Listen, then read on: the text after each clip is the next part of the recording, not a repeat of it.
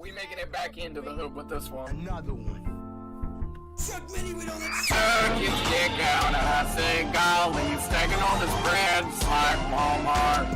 I fuck kids while I'm on Molly. He counting these balls just like Walmart. Bank account got hell. It is still technically Christmas, by the way. I hope none of you have taken down your tinsel.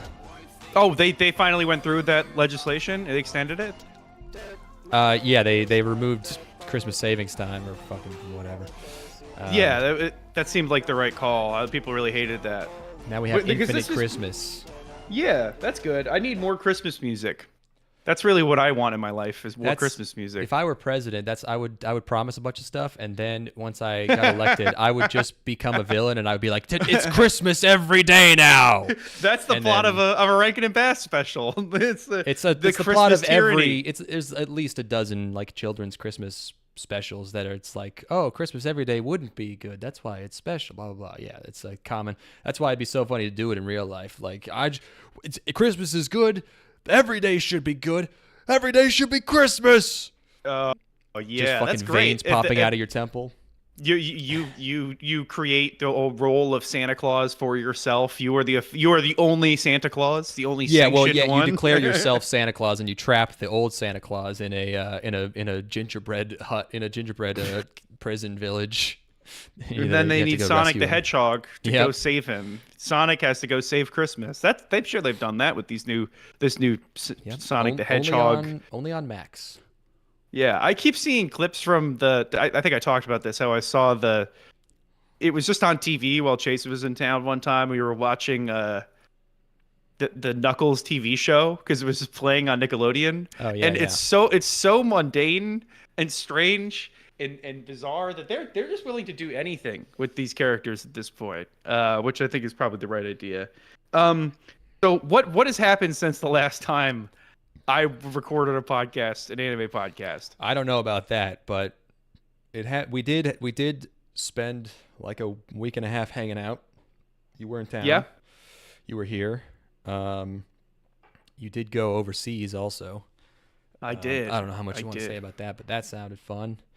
The big thing. This is the big thing that I was thinking about while between episodes is like, apparently since I left, murder is just acceptable and legal now. People are cool with murder now. That was a development where like I got there was like read a news story where it's like this CEO got shot dead in the street. Someone blew him away while his back was turned as he was walking through a parking lot, and everyone's like, "I want to fuck the guy that murdered this person." Yeah. It's just a bunch of people talking about how they want to drink this murderer's cum and stuff. It's you have to understand that it's basically nothing but Neil Breens walking around out there, who are just like, well, you're an accountant, you take money from people, you're evil, you know. Yeah, you're deceiving people with the money dollars. I'm surprised the Neil Breen movies don't find a larger audience, because it seems like that's the wavelength that these people are working on here. Like, it seems like that if the people, that's the sort of level of morality that people can operate on. If he got Zendaya in there, those movies would make $500 million. Absolutely, for sure. Yeah, so that was a strange thing to experience being overseas. It was just hearing about it's like, oh, we're sliding into a Mad Max dystopia where people are cheering on. I don't give really just shooting somebody in the back. He sold insurance, Ethan. He had a swimming pool. Come on. I can't believe it. He had a 5-bedroom house. Can you believe he only had 2 kids? How do you 5 bedrooms? Yeah, really. Who you got in another bedroom? Hitler? You got Hitler and Stalin in those 2 bedrooms there? Those spare ones? I know that there's a furnished basement too. You could probably get you could probably get George H.W. Bush in there. He's not actually dead either. Nope. Anyway, Jimmy Carter not dead either. No. They're keeping him. No one ever really dies. No one's ever really. The line is no one's ever really gone, but no one ever really dies is a way funnier line. It's even more stupid because it's so much more literal. Oh man. Everyone always bees living forevers. Yep. It so do be like it is. So yeah, I was overseas. I was in Europe. I managed to escape the Big Brother hellhole of the EU, where where every single street has traffic cameras on it, and they rapidly shift between 30 kilometers per hour and 50 kilometers per hour and 40 kilometers per hour, and they're just trying to get you around every corner. They're just trying to get you whatever way they can get you. And I wasn't in like one of the more I guess as far as the EU goes, you were it's driving? pretty kind of. What's up? You I drove driving? a little bit, but Okay. I experienced the secondhand anxiety of driving a lot of the time that I was there, of like they're just trying to get you. Yeah.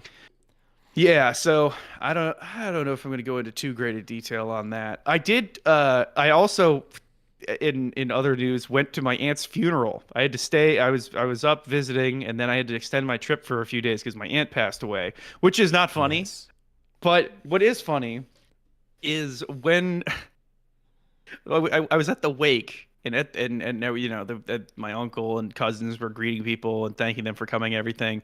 And then once things slowed down a little bit, the pastor showed up. This was a Catholic family, and it's a guy straight out of the heart of Namibia. He is an African king, My friends. And I'm like, please God, do not let this dude open his mouth and have the funniest African accent. 'Cause I will not be able. I will not be able to handle it. I will not be able to stand this if he starts talking. And sure enough, he opens his mouth. He's like, "We are gathered here today Oh my to, God. to remember the life of a mother and a daughter and a sister." And I'm like, shit. no, dude. Just a Sam Hyde character walks in. And I'm like, oh God, please don't let him say anything that sounds like let me show you the way. Please God, don't. and then he's like, and Jesus said to his disciples, "I will show you the way." And I'm like, no. Oh my God. Please don't let him move in a way that reveals he's wearing sandals. Oh no. Oh God. So I'm literally biting my hand. I have my head down and I'm biting my hand to keep myself from laughing. And then the next day during the service, his phone went off during a hymnal. So he's like rifling through his robes. The next day, trying to get to next day it should have been he couldn't make it, and a Chinese guy just walks in. Oh boy, yeah. So his phone went off. He couldn't quickly access it, so his entire ringtone went off during the middle of a hymnal. Oh, and then at the end of the service, my uncle had asked beforehand, is there going to be an opportunity for members of the family to say some words during the service? And the church is like, no, he doesn't. This particular pastor doesn't allow that. And then they get to the end of the service. And he looks at it. The pastor looks at the family, and he's like, "Do you have anything that you would like to say in remembrance of Kathy?" And he puts them on the spot, and then they all froze up because they're like, "Well, we didn't prepare anything to say. We have nothing at all to say, you know." And so it's really uncomfortable until this one 7-year-old kid gets up and starts talking about how great of a grandmother she was and stuff, and then, you know, everybody from there was able to improv it. But it was extremely uncomfortable in that moment when they were explicitly told that they weren't going to be able to talk, and then they were made to talk. Man, funerals would be so funny if they weren't so sad. They can be both. It's it's the perfect scenario just for anything that happens. We're unfortunately pretty funny. We're already in the I'm talking about my aunt's funeral zone. So I was a pallbearer at this funeral, which I had never done before. Have you been a pallbearer before? No. Or wait, have I? So I don't think I was. So yeah, I was a pallbearer at this funeral.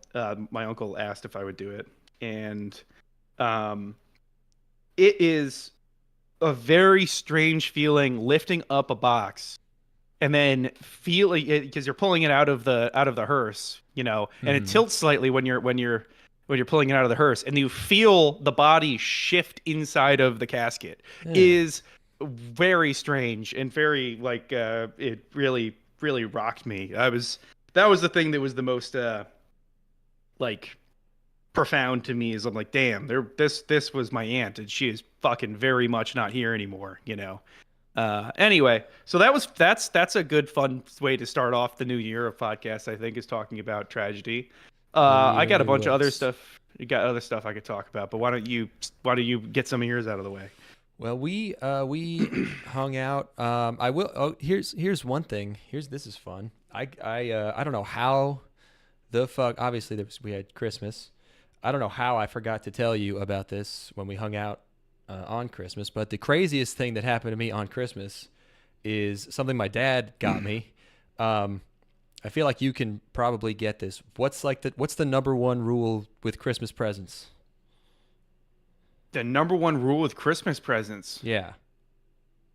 Oh, I don't know. No blank. No animals? That is correct. No pets. What did your dad get you? My dad got me a full set of beekeeping equipment with racks and hives and everything. And so sick. And he pre-ordered me bees. Oh my God. So you're on the hook for these bees. So in May, I'm going to get an email from a guy being like, "Hey, you got to come pick up these bees like today." And I got to go get them and drive home with them. And my dad said, I think he's wrong, but my dad said, "Yeah, I think the guy was like, when you pick up the bees, they can't go in the bed of the truck, so they have to be in the passenger seat." That's so awesome. But yeah, you have to make sure that they're comfortable. You have to make sure that they're not overwhelmed by this experience. Yeah. Wow. But yeah, that was quite a risky one on my dad's part. But I'm pretty psyched. I'm looking forward to trying that out. Why not? Why not? That's awesome. Yeah. So I'm just gonna have bees now. Why not? Why not have bees? I mean, your pollination in your area is about to go up like fucking crazy. Are you gonna become like a crazy beekeeping guy where you're just gonna use your bare hands to grab these things, or are you? I think a lot of them do that. Yeah, they don't give a fuck at all. Like, yeah, I'll either get used to it or I'll just like die. I'll just like never check on it and just like do the absolute minimum. Are you sure you're not allergic to bees? First of all, have you been stung by a bee before? I've been stung as a kid. I don't know if you can develop a bee allergy over time. If there's anyone I know that could do it, it would be you. Yeah, that would you would be the person. I have like 2 EpiPens sitting around here, and several boxes of Benadryl. So I'll keep those motherfucking things on me. You're sipping on that drill. Yeah. You're just sipping on that shit. DPH. Well, that's fucking awesome. So yeah, I'm just gonna probably, I don't know where I'm gonna put them. I don't know if I can use my fuck huge lawnmower around them. I don't know if they'll be upset by that. Probably depends on the hive, on the swarm. I'm thinking about, instead of having to mow, I'm thinking about like rototilling a big area around the hive and then like just tossing a ton of wildflower seeds and just having a little flower field. I think that's very, very smart. Yeah, that might be nice. I think that would be you got to get whatever the native flowers are, you know. Yes, I found a website that you can pick your, like Northeast basically. I don't know if some of them vary, gets as specific as like the state. Yeah. Just thinking about you being completely irresponsible. You get an invasive species of flower, and then you have these crazy beehives running wild, terrorizing your neighbors. Is like slowly they're making mad honey. It's just slowly overtaking the entire area. You've created this perfect den that will be the undoing of everyone that lives in your town. All I have to do to get rid of these Africanized bees is just like kick the hive over and run away, but I just won't do it. I'm just like, I'm gonna do it. I don't know. Hey, watch it! Don't. See. Hey, those are my bees. Those are my bees. Yeah. They're making my honey. What else? You and Steven did New Year's. Steven and I hung out on New Year's. We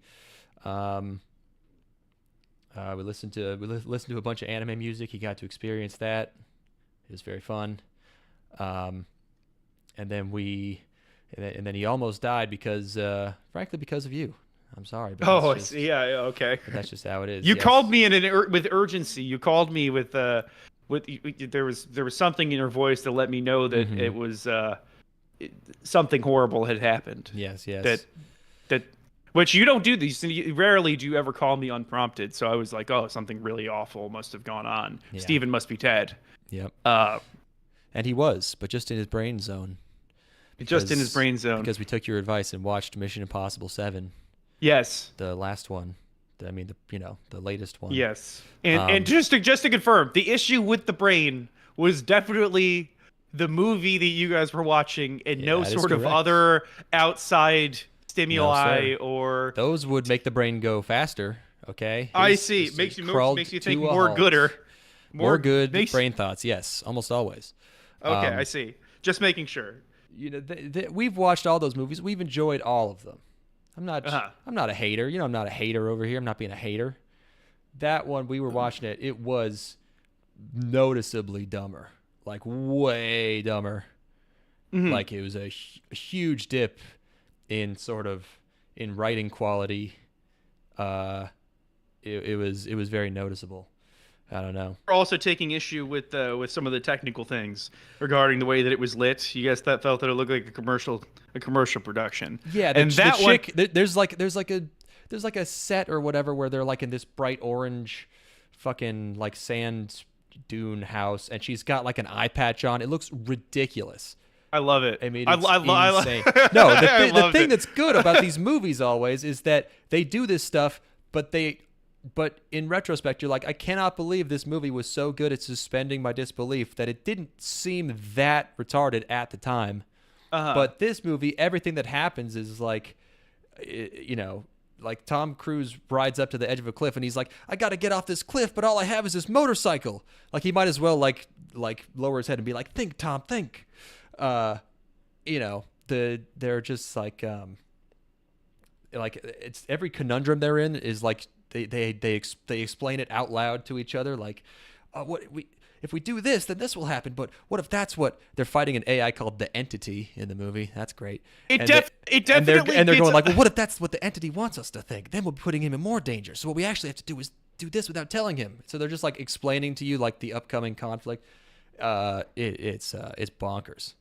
It definitely gets a little bit more Fast and the Furious E. That's what I said while this movie was happening. There's like a comedic car chase where like the girl's driving and they're handcuffed and it's like she's bad at driving. Oh, that's a great set piece. It's so and I was like, I turned to Steven, I'm like, I cannot believe the way people talk about Fast and Furious. I cannot believe they talk about that movie like it's on some other level than this. It's absolutely on the same level as this. Well, yeah. Well, Fast and the Furious it just depends on if you're a poopy pants that doesn't like to have fun. If you're a no fun having poopy pants, then yeah, you're not gonna like Fast and the Furious. No, not at all. And if you're a person who loves family and understands what true friendship is, then yeah, you'll probably dig it. But yeah, I remember walking out of the theater. In fairness, I was a little distracted during the movie when I was in the theater because someone had brought their child with them into the theater. Nice. To a 2 hour 45-minute Mission 2 hour Impossible movie. And the kid it was playing on an iPad with a little bit of volume. Oh. So that was it. a nice little treat. Little treat to hear in the background, like the sound of like fruits getting smashed and stuff, you know. So that one not a winner for you. And then I compared the technical dialogue to Die Hard 4. There's always a penny arcade comic strip I think of when they're talking about Die Hard 4, and they make up dialogue in the movie and it's like, they're stealing our webs, we can't log in, and the guy's like, which webs? And he goes, all of them. It was pretty much that. Ving Rhames is so funny. There's a go ahead, sorry. There's this one room they're in where it's like the background is all like bokeh'd out and it's just like a bunch of gold like bars at a 45-degree angle, and it looks like he's, how Deus Ex has like that effect in all the marketing where it's all these like little triangles or polygons that are all gold. It looks like Ving Rhames is in that, and he's just delivering these like reaction lines with like, oh, and all the camera work is insane. It's like Star Trek 2009. It's always fucking swooping in for just dialogue. It's going way in and it's going like fucking fast as shit. It looks like that court scene from Star Trek 09. Sorry, say what you were gonna say. Oh, what was I even gonna say? Oh no, I'm sorry. I think we saw this movie in very different environments. I think it got the movie theater bump for me, which was I was in a theater where the spectacle of it was really like fucking, you seeing Tom Cruise jump off of cliffs, always exciting to me. And I think if I do believe that I walked out of the theater thinking that it was not quite as tight as the previous few, but the last few are like some of the best action movies ever made. You know, so it's like it's definitely probably it's not in is quite as that quality, but I don't think it's quite as bad as, or from my perspective, I don't think it's quite as bad as you're making it out to be. But yeah, you know what is one of the best action movies ever made? It's Megalopolis. Sonic the Hedgehog 3. Yeah. We went to a movie theater. We went to a movie theater to watch a movie together for the first time on Christmas. On Christmas, was it a 10:40 showing? We went to it after everybody was asleep. Yeah. We went and saw Sonic the Hedgehog 3 with the target audience, which is non-native English speakers and children. Oh, I thought that guy was just like fucked up because of how fat he was or something. I didn't want to look anyone in the face because I didn't want to provoke any aggression. Because they were sitting in our seats, so I thought that maybe they might feel defensive if I were to look at them as if to say, like, hey, you are in my seat right now, can I have that? And like everyone, I felt like how many like over 300 pounders were like fully reclined when we walked in there? Oh boy, I mean, I saw at least two or three. Because you have to do a judgment call there of like, is it worth the effort of this guy having to strain the mechanics of that chair to get up and move, or should I just go take those seats right in front of him? Yeah, regardless of his willingness, it might be physically difficult. Yeah, like really, this might be you might actually be asking him to do something that could threaten his life. Yes, so we were forced to sit one row closer to the screen. So Sonic the Hedgehog 3. I did fall asleep during it. You did. However, it is probably the movie that I fell asleep during that I have the fondest feelings for. Of all the movies I have fallen asleep during in my life, it's probably the movie that I did that I could say is the best. Because we figured it's funny to see Sonic 3. It's funny to see the Shadow movie in theaters. We've seen the other two because the first one it was like, all right, what the fuck is this? The second one I don't even remember, so I guess it wasn't very good. They're on a beach. It sucks. Yeah, he was running on a beach. It's like a Happy Madison movie. The second one's like a Happy Madison movie that has Sonic in it. You know, it's like a late era Adam Sandler film where there's like a wedding that's the center point. It's like the center point of the movie. It's where all the drama happens, and it's like, I don't give a fuck about these human characters at all. Excuse me. And first movie, just generic road movie. You know. Yeah, it's kids comedy, buddy comedy, travel. Like right. It's the Finding Nemo formula. It was barely passable, I guess.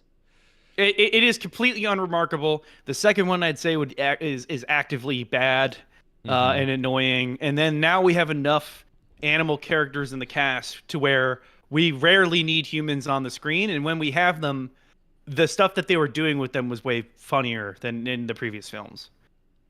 Sorry, go ahead. I cut you off. No, I didn't really. I just, the things they got right were, I guess, Shadow. He was taken relatively seriously, which is needed to have a movie about him. Yes.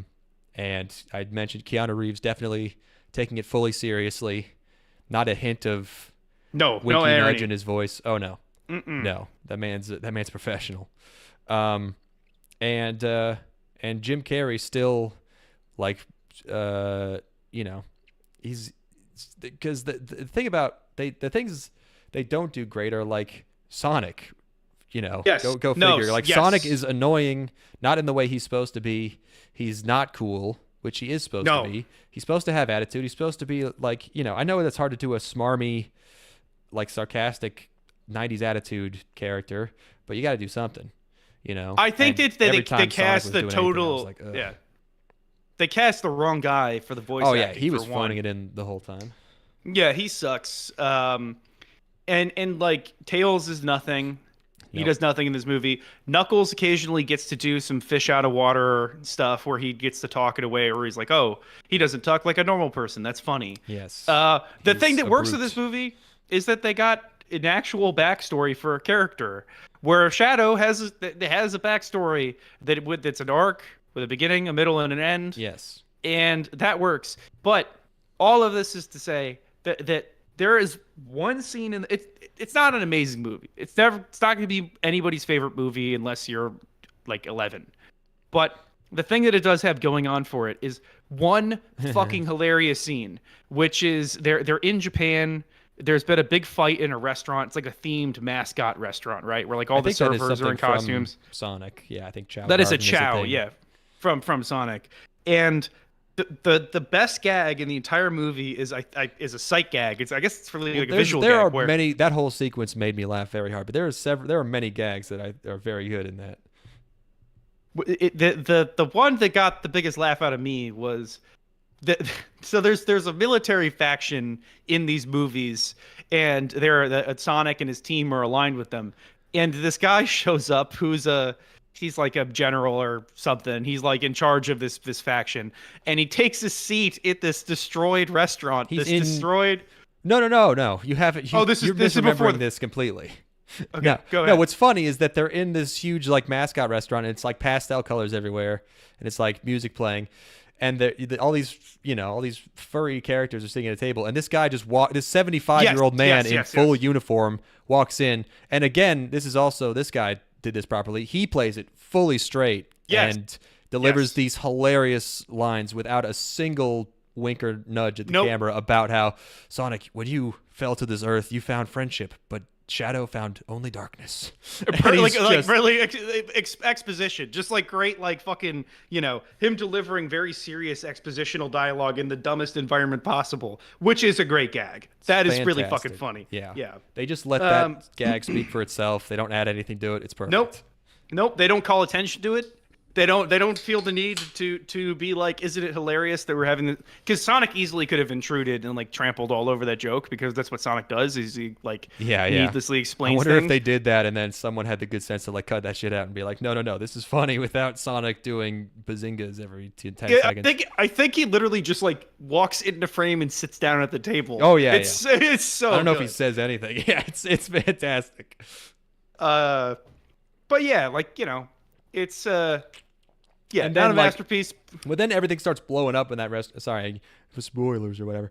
But that whole sequence there, suddenly this restaurant's blowing up. All the mascots are getting blown up by missiles, and they're playing a Japanese cover of ABC by Jackson 5, or whatever that song's called.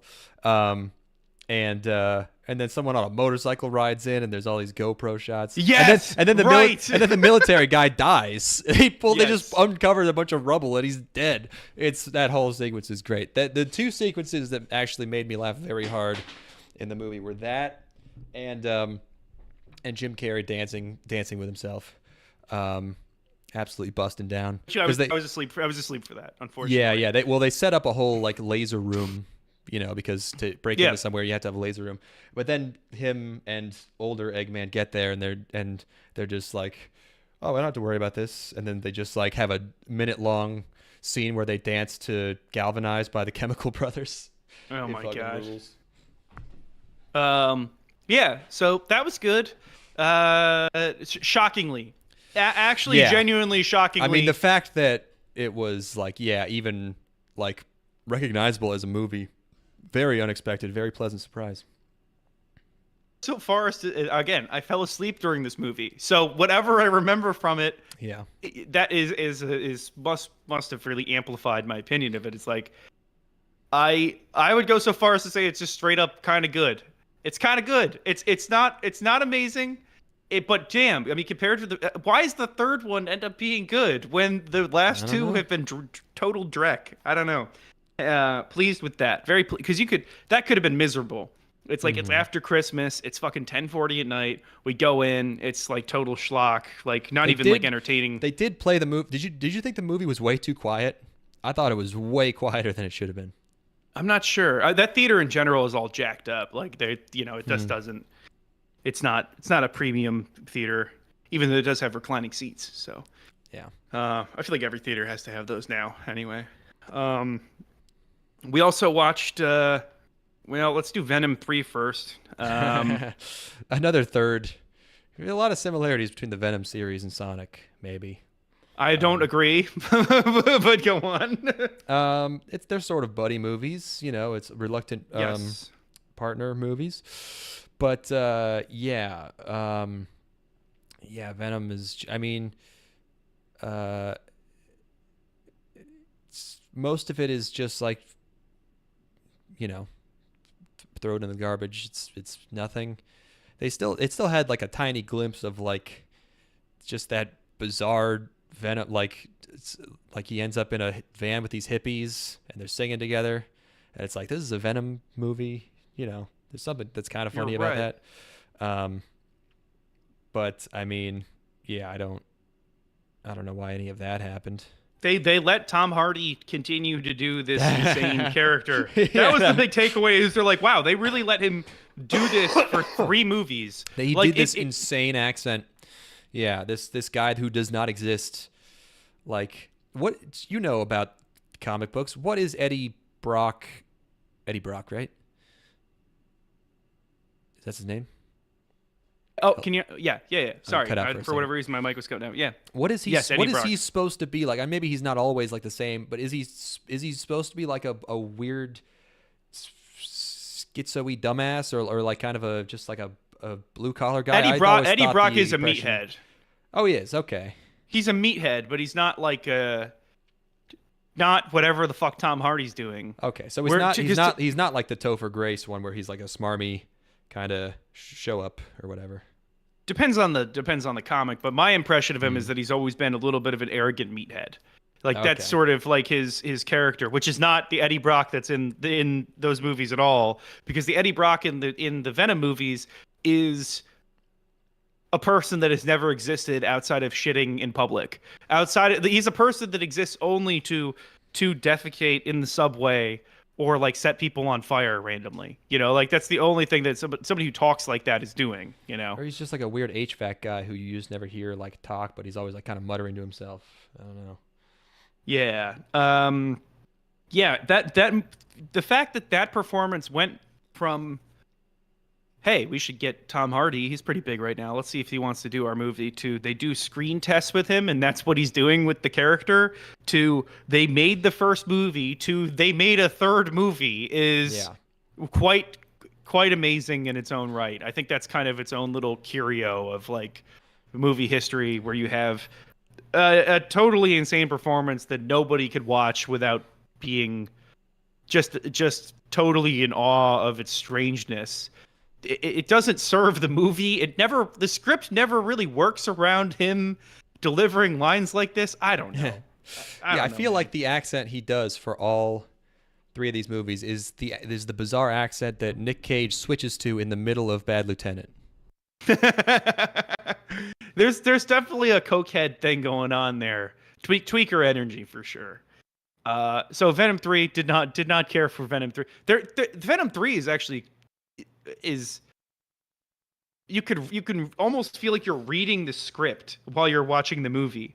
And the actions are so strange. Like at one point, there's this alien that's landed on Earth and is chasing after Venom. Right? It's like basically one of the aliens from the Colosseum battle in Star Wars Episode 2. You know, like the spidery one, and it just jumps 30,000 feet into the air and lands on an airplane. It launches itself 30,000 feet into the air and lands on an airplane that is in flight. I mean, but it's also really just not like a very present, threat in the movie. Like it just kind of shows up a few times. Oh, there was a whole scene where he's dancing with an old Asian lady. That's funny. Yes, that's in Vegas, I think. Yeah, where they were in Vegas. That was good. Yeah, I like that. Well, she also wanted to fuck Venom too, which is kind of humorous. Yeah, for sure. Anything else on Venom 3? I don't have anything else on Venom 3. All right. Do we want to talk about going to the bars real quick? Oh yeah, that was one thing we did while you were up here. We were like, you know what we never do is we never go out anywhere. We should go to a bar or two. So we got all dolled up one night. It was very cold, and yeah, we went out. And we just played pool at a couple bars. And the first one, everything was going great. What was one thing that was funny is like Steven was like, yeah, it's gonna be nothing but college co-eds, dude. It's winter break. And I was Yeah, like, okay, motherfucker. Steven, no one. It's 10 degrees outside, and no one goes to bars anymore. No one under 50. And he was like, no. We're gonna be the oldest people there. And obviously, we get there, and it's like 5 very sad regulars, old men watching football in a corner. So we're playing pool for I don't know how long, 45 minutes, and then a group comes in of people like in their 20s, probably I'd say. And one of them is a crazy man. We have a certifiable lunatic. Like yes, like it's hard to tell like how much of the way he was I guess he was just really drunk. I don't know if he's normally also a different kind of crazy and the two kinds of crazy combined, but yeah, he was just like, and I I assume this happens a lot in bars, but I'm I'm not experienced in this. He was just like textbook crazy drunk man, like incoherent, like like he wasn't he was a small guy, skinny, kind of short, baggy clothes, stringy as well, very stringy man, and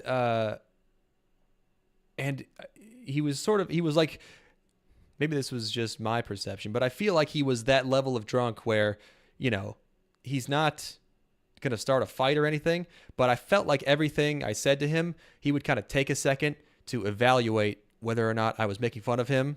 And after a second, you could see him kind of go like, okay, checks out. And then he would move on. But he was just kind of, there was a processing time with everything. There was a sort of like soft antagonism to his character, just like a very minor sort of like he's fucking with you, but you also can't quite tell if he really doesn't like you. Like it never. Yeah. Or he thought he was doing to us what we were definitely doing to him, which was kind of making fun of him. Yes, 100%. But he was also there with this cadre of other drunken people who just stood and watched. They just witnessed him being extremely drunk, and I don't even know if they really had a lot of other side conversations going on. They were all one just of them kind of was like an old guy. One of them was like a normal looking girl, and I was like, I don't know who she's with, but it's definitely not crazy guy. And then she was with crazy guy. Yes, she gave us we got a little bit of her too. We got a little bit of her later on as we were leaving. Oh man, holy shit! But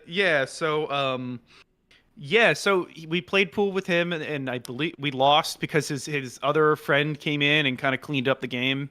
He was swinging. He hit my glass with he was swinging his pool cue around like fucking crazy. He had no control.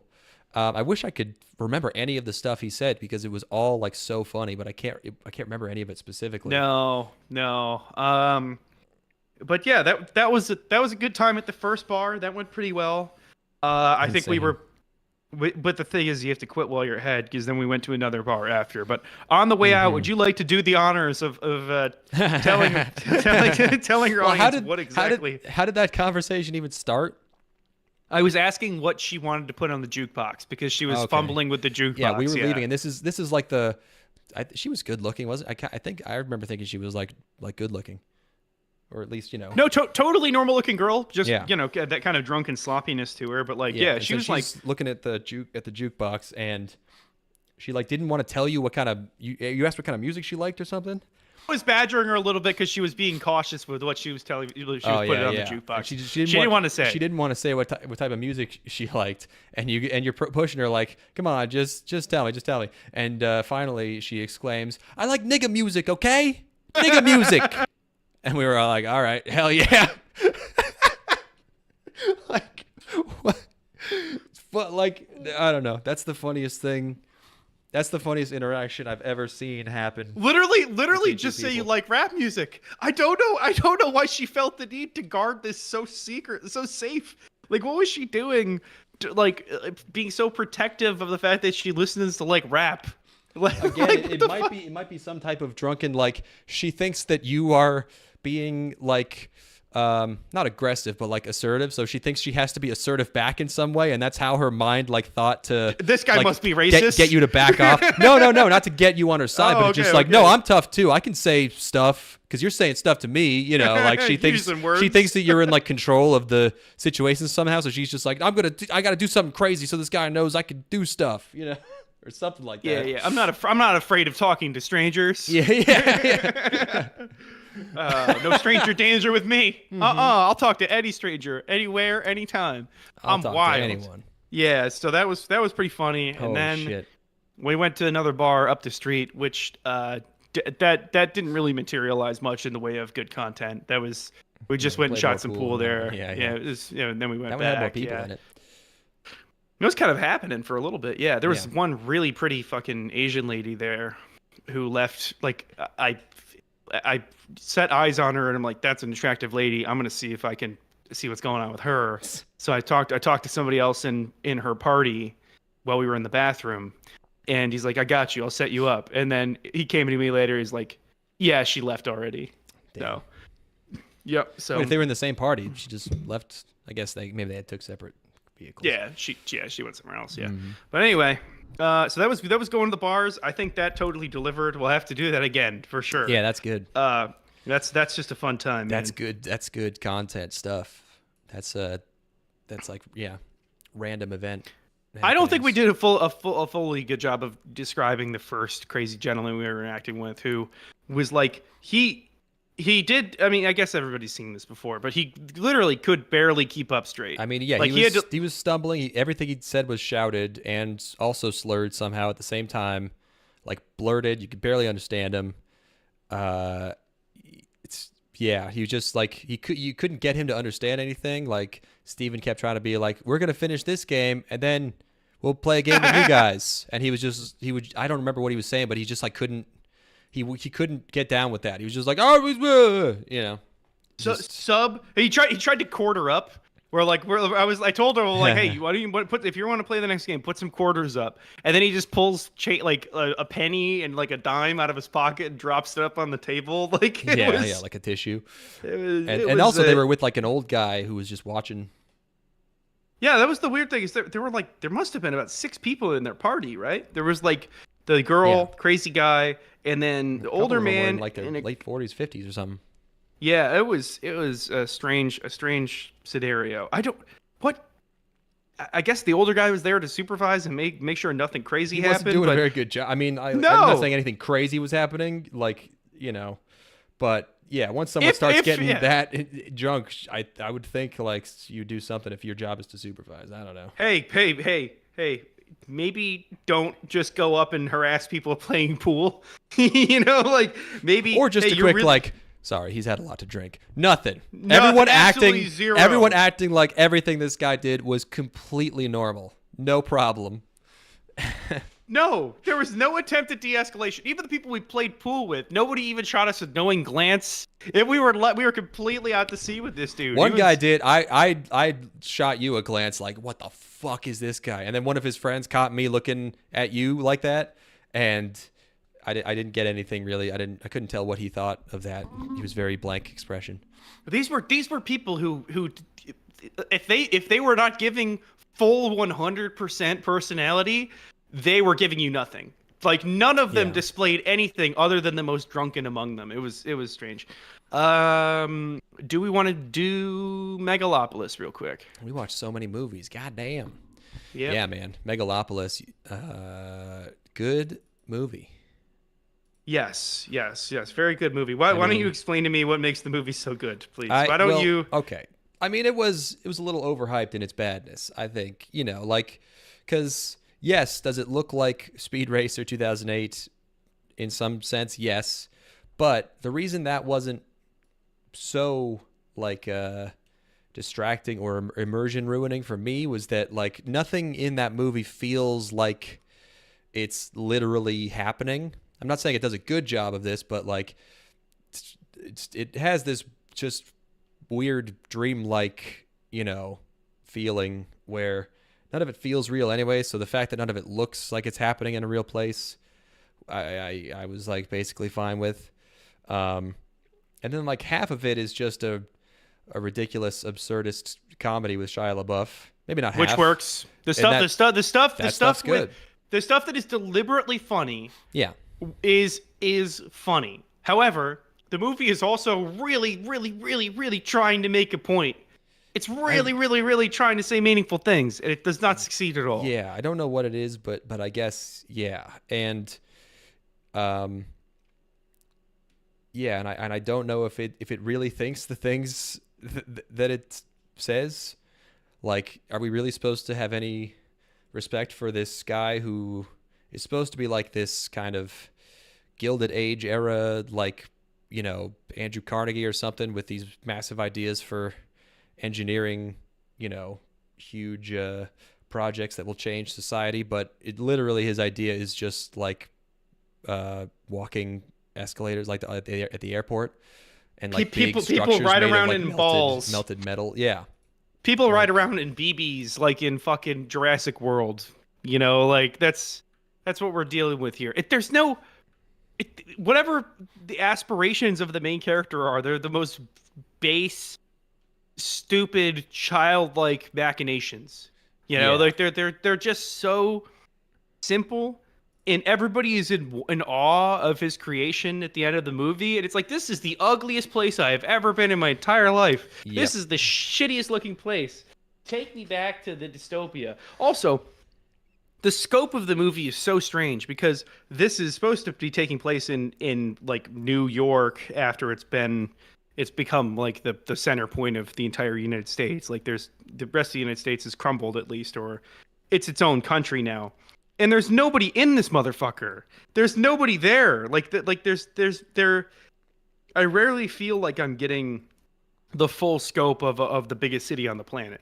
It's like at most we see like 150 people, and then there's like there's the circuses. There's like a carnival thing that goes on at one point where there's people in the audience, but you never feel like the weight of there being people there. There's like the Shia LaBeouf character is putting on a revolution. He's doing like a populist revolt, and he has like 100 followers. It's that again kind of is that was kind of softened again by it just being like kind of dream-like to me. I don't know. It felt like kind of a stage play. Did you like the part where Adam Driver got shot in the face, and then he had a big glowing face hole, and then it was fixed in the next scene? Yeah, I did. You like that? Yeah, because I was like, oh no, and then I was like, he's better. Yeah, Thank goodness. Thank goodness he's all better because he also had. I feel like even though the movie's so goddamn long, like I feel like a lot of it like had to get cut because it must have been just because he also has like a magic material that only he has or something. Yeah. That can also fix people's faces. Megalon is his special material, which can do all these incredible things, but he never does anything with it other than at the very end of the movie. It's like we never see like small. He fixes his face and he makes a mega city, and there's nothing in between. There's never like a small presentation of what Megalon can do. It's just a total mess. It's just a big mess. It's very, very strange. Yeah. It's just it's so weird. Do you have other thoughts on Megalopolis? No, not really. I think one thing I said was like I also didn't mind that like everyone in the movie is like a pretentious asshole who speaks in like cringy dialogue because it's supposed to be about a civilization in steep decline. So I was like, yeah, that's fine. People are like quoting Shakespeare, and everyone thinks that's like the most known Shakespeare snippet. And that's supposed to show that this guy's a genius because he knows. Because he knows the to be or not to be speech. So I really like that guy's an intellectual.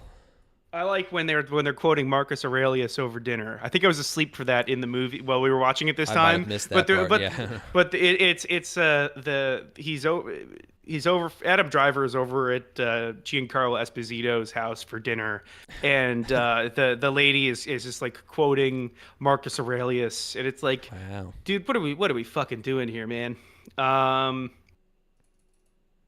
Other movies I watched, because I watched so many. I watched. Ooh. I think I talked about this already with you, but I watched The Town. Yes. The Ben Affleck movie The Town, which is lowbrow Heat. You called it stupid heat. Yes, I think. It is it is stupid heat. Yes, it is. It is Not in a bad way, I think you said though. No, no, no, no, no. It is by no means a bad movie.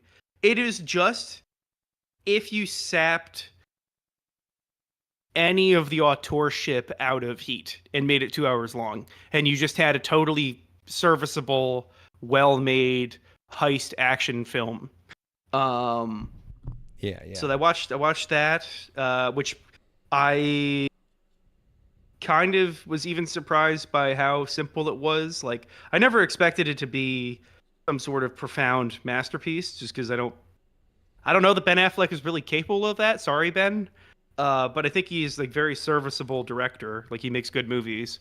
Yeah.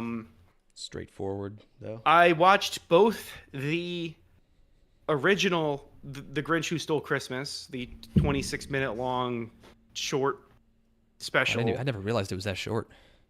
Makes sense. Though. And I also watched the Ron Howard year 2000 The Grinch Who Stole Christmas with Jim Carrey. That was Ron Howard. That's Ron Howard, yeah. That movie is actually kind of close to working. However, Jim Carrey ruins the entire movie. Every single thing Jim Carrey does in the movie is a detriment. He is awful in it. He. Why is it just too much him? Yes, he doesn't want to inhabit the Grinch character. Yeah, he wants to do he wants to do Jim Carrey Grinch, where it's not enough to do because the original one is kind of droll, or like he's a little like sort of.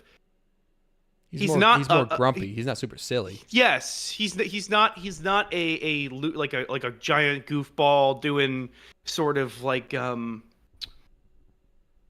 Stooges-esque sort of slapstick shit. No, he's like a poopy pants. He's a bummer, and he just refuses to do that. He has to upstage everybody all the time and yell and scream, and he wrecks the movie because like.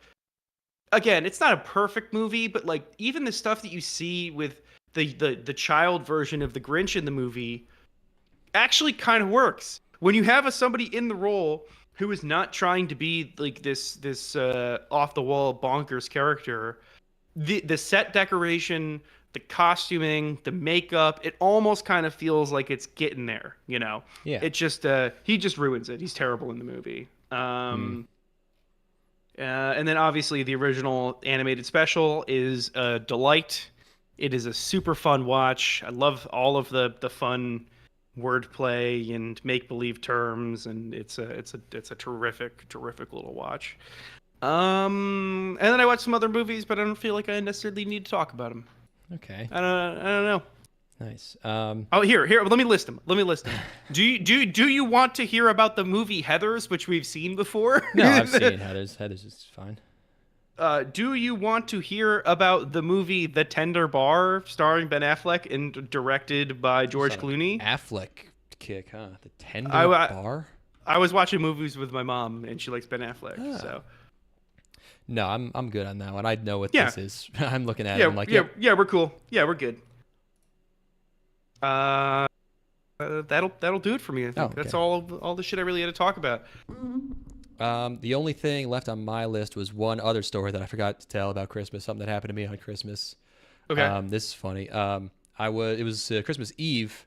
I was making 2 pecan pies, one for my dad's, one for my mom's, and I'm making it the old-fashioned way. I'm like slowly stirring custard on the stove for like half an hour. Hell yeah! And I pour the filling into the pie shells, and I'm putting the second one into the oven, and like 1 inch from the oven rack, this disposable pie tin buckles, and the entire thing spills into the space between the door and the oven. Oh my god! It's sugar and shit. The entire thing went into the shelf underneath and on the floor and everything. Into every nook and cranny imaginable. This the bottom shelf of an oven is just like all these little channels and little spaces. Of course, full of cat hair, and so that took me like 45 minutes to clean up. God damn, boy. That's one where you just kind of like lean over the countertop and just kind of like for a couple minutes.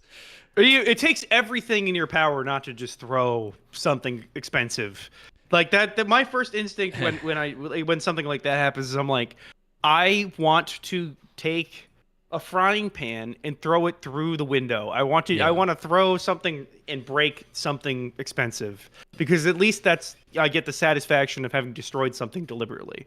I told my mom that story, and she was like, she was like, "Did you say bad words?" And I was thinking, like, Mom, I caved the door of my dishwasher in with my knee. Like, no, I didn't say bad words. And I was just like, no, I didn't say anything. No, I was just kind of like bummed out. Oh boy, yeah. So, dishwasher still works. It's it's all good.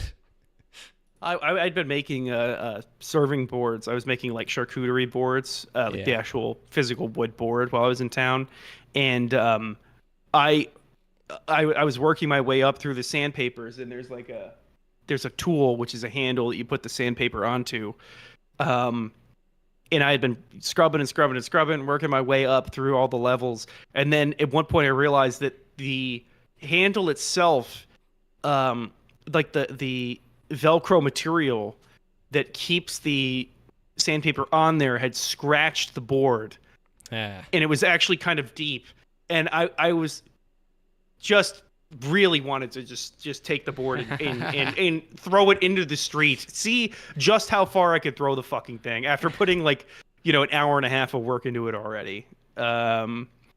Man, God, there's nothing quite like it. There's really nothing quite like the release. Well, it calms you down so fast. You're just like, okay, I don't have to worry about it anymore. Yeah. I don't. It's probably not a healthy way to deal with these things. No, but it's the way I got. It takes care of it so fast. Oh yeah. Yeah. And you're like, oh, I'm not angry anymore because I feel silly because I just like made my problem way worse because I just broke a bunch of shit. Yeah. But that really does center you. You're like, yes, it's better than therapy, I think. So now I can just walk away from this problem because it's just all fucked. I've ruined my chances of even fixing it, so now I can just walk away and focus on other things for a while. Yeah, it's I just have to buy an entire new whatever. I just have to. Yeah. Yeah. I have to buy a new keyboard for my computer. That's great. And then I literally can't engage with the thing that was causing me a problem anymore. I'm prevented from working on this issue for now, and that's good. I need my space. It's called being a man. Okay, it's called having testosterone. Yeah. It's being an innovator. I guess is there anything else I want to talk about from Europe? I remember I haven't talked about this at all yet, which is, so I flew in through London Heathrow Airport, and so I went, my first stop was there, and first of all, London Heathrow, worst airport I've been to in my entire life. Okay. Hilarious. It's hilarious how stupid and poorly laid out and poorly designed it is, and how it's obviously never meant to be this big. Well, like, it was built when it was just like a horse port, probably. Right, of course. Yeah, exactly. It's like it's 1,200 years old. It was meant to service the 5 airplanes that flew through twice a week. It was for dirigibles until like 30 years ago. Yeah. Yeah, exactly. Yeah, and now they have to. It's like one of the biggest hubs in all of Europe. Yeah, it's like the most important financial center of the world. Yeah, and they can't solve any of their problems because they're stupid. They're actually dumb. And like, these are very simple things where like you'd be like, clearly there's enough money here to fix this problem, but you refuse to take the simplest action to make this better.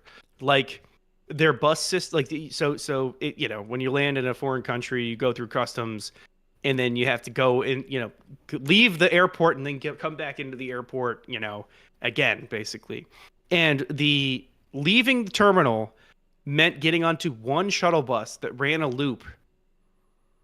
Yep. And it's hundreds of people in line, and there is one attendant telling people to get onto the bus or get off of the bus.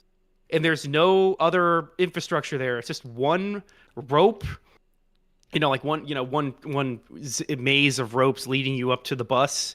And everybody is drunk and angry because they're in Britain.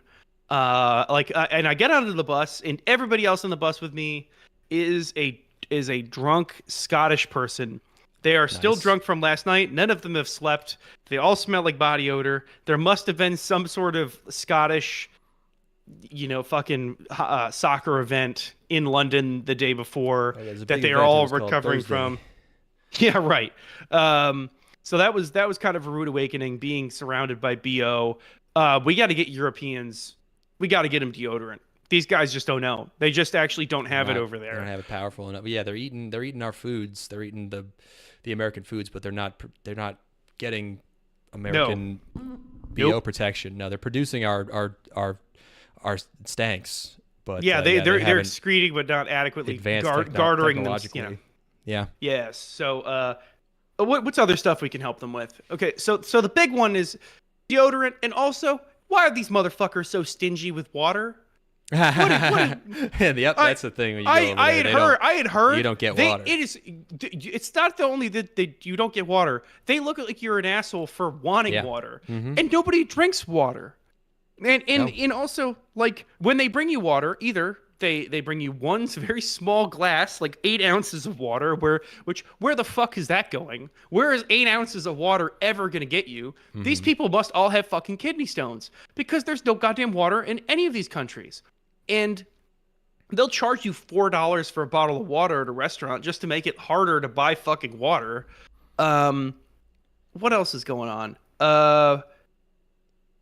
That's really the big thing. No public accessible water anywhere. Yeah. That's bad.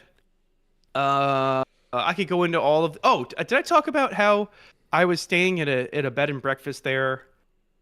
Whatever. I'll just tell the whole story. So, I was there working on a film project for 3 weeks, and we were staying at a bunch of different bed and breakfasts as we went around. Like, we were staying at hotels or bed and breakfasts. And one of them we stayed in this kind of remote area, was operated by this wife and husband couple, and their kids were running around.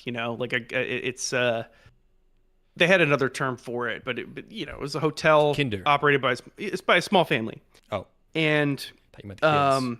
no. They have a term for that. They're chilling. So one day we're eating dinner at the restaurant because they're doing everything. Like, they do your laundry, they operate all the rooms, they fucking give breakfast, and they give lunch and dinner. So we're having dinner there, and the woman comes around and she's like, "Oh, where are you guys all from?" And I'm like, I'm from Texas. One of the guys is like, "I'm from Portland." And then the third guy goes, "I'm from Los Angeles." And she's like, "Oh, Los Angeles. Hold on." So she goes and gets her kids out of the back room, and they come out. She's holding an accordion. He's got no way this is real. Absolute 100%. No fucking way. Europe is saving like this. Yeah. Oh my god. He comes out with I think he was playing a tuba. Holy shit. And the daughter has a slap box, for Los Angeles. This is what prompted. Yes. Holy yes, fuck! That dude. is so funny. And my god. And then like, they played music. art. They played music for 15 straight minutes. They played 5 full songs in their entirety. The highlight was he played a trumpet as well, the little boy, and he played the most scuffed version of Billie Jean by Michael Jackson. They brought a speaker out, and they had an instrumentalist. This is a Wes Anderson bit. This I cannot believe. That this. I swear to God, I told one of the guys I was working with who grew up in Germany. I'm like, I swear to God, Austria is just Germany through a Wes Anderson lens. And he's like, no, you don't understand. And then we went to Germany, and I'm like, no, Austria is just. Oh, what? Okay. What happened here? My computer. That's weird. My computer went to its fucking screensaver. Sleep That's or strange. something? Oh. Yeah, I went to sleep. Hold on. Let me change. Well, I can still hear you. You can still hear me? Anyway, yeah, so that shit was so funny. Played Billie Jean. He played all of Billie Jean on the trumpet. He did all of the Michael Jackson, like, really crude version. Yeah, so that was a nice little treat there. These people have not grown up at all. Austrian men are American men circa whenever that first Ghost Rider movie came out. That is the exact aesthetic of Man, European it really is men. a lot like Japan. Yeah, no, totally. Just like a bunch of guys in like tight pants. All of the dudes have autism. What else is going on? So that I thought that was a treat. Getting this woman just deciding to give us an impromptu performance was so fucking funny. At one point, I told this was in the same sort of remote area. They asked me where I was. Somebody else asked me where I was from. I'm like, I'm from Texas. He's like, oh, you're from Texas? I have a cousin that lives there. You might know them. Yeah. I was like, and I'm like, Hell yeah, dude. Yeah, let me see. Yeah, maybe I do. Maybe you do. Yeah, did anyone do like did anyone do you like a very basic kindness and then like bill you on Venmo for it? No, that didn't happen. No, nobody tried to con me or anything. No, not con. Apparently I think that's actually more of a Scandinavian thing where like you'll eat dinner at someone's house and then they'll like send you a ticket. No, that never happened. No, Okay. no. We got fed a lot. I told you this story about being in the smoke-filled shack with it was 80 degrees inside, and this woman was plying me with sausages that I'd seen sitting out on the counter for like 8 hours. It was it was nasty stuff, man. I don't know.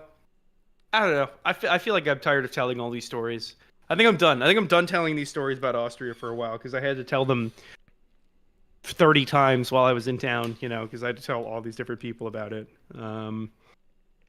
Yeah, I'm satisfied. How I feel about that pie story. I keep telling people like, yeah, I fucked up a pie. I'm Isn't that sure.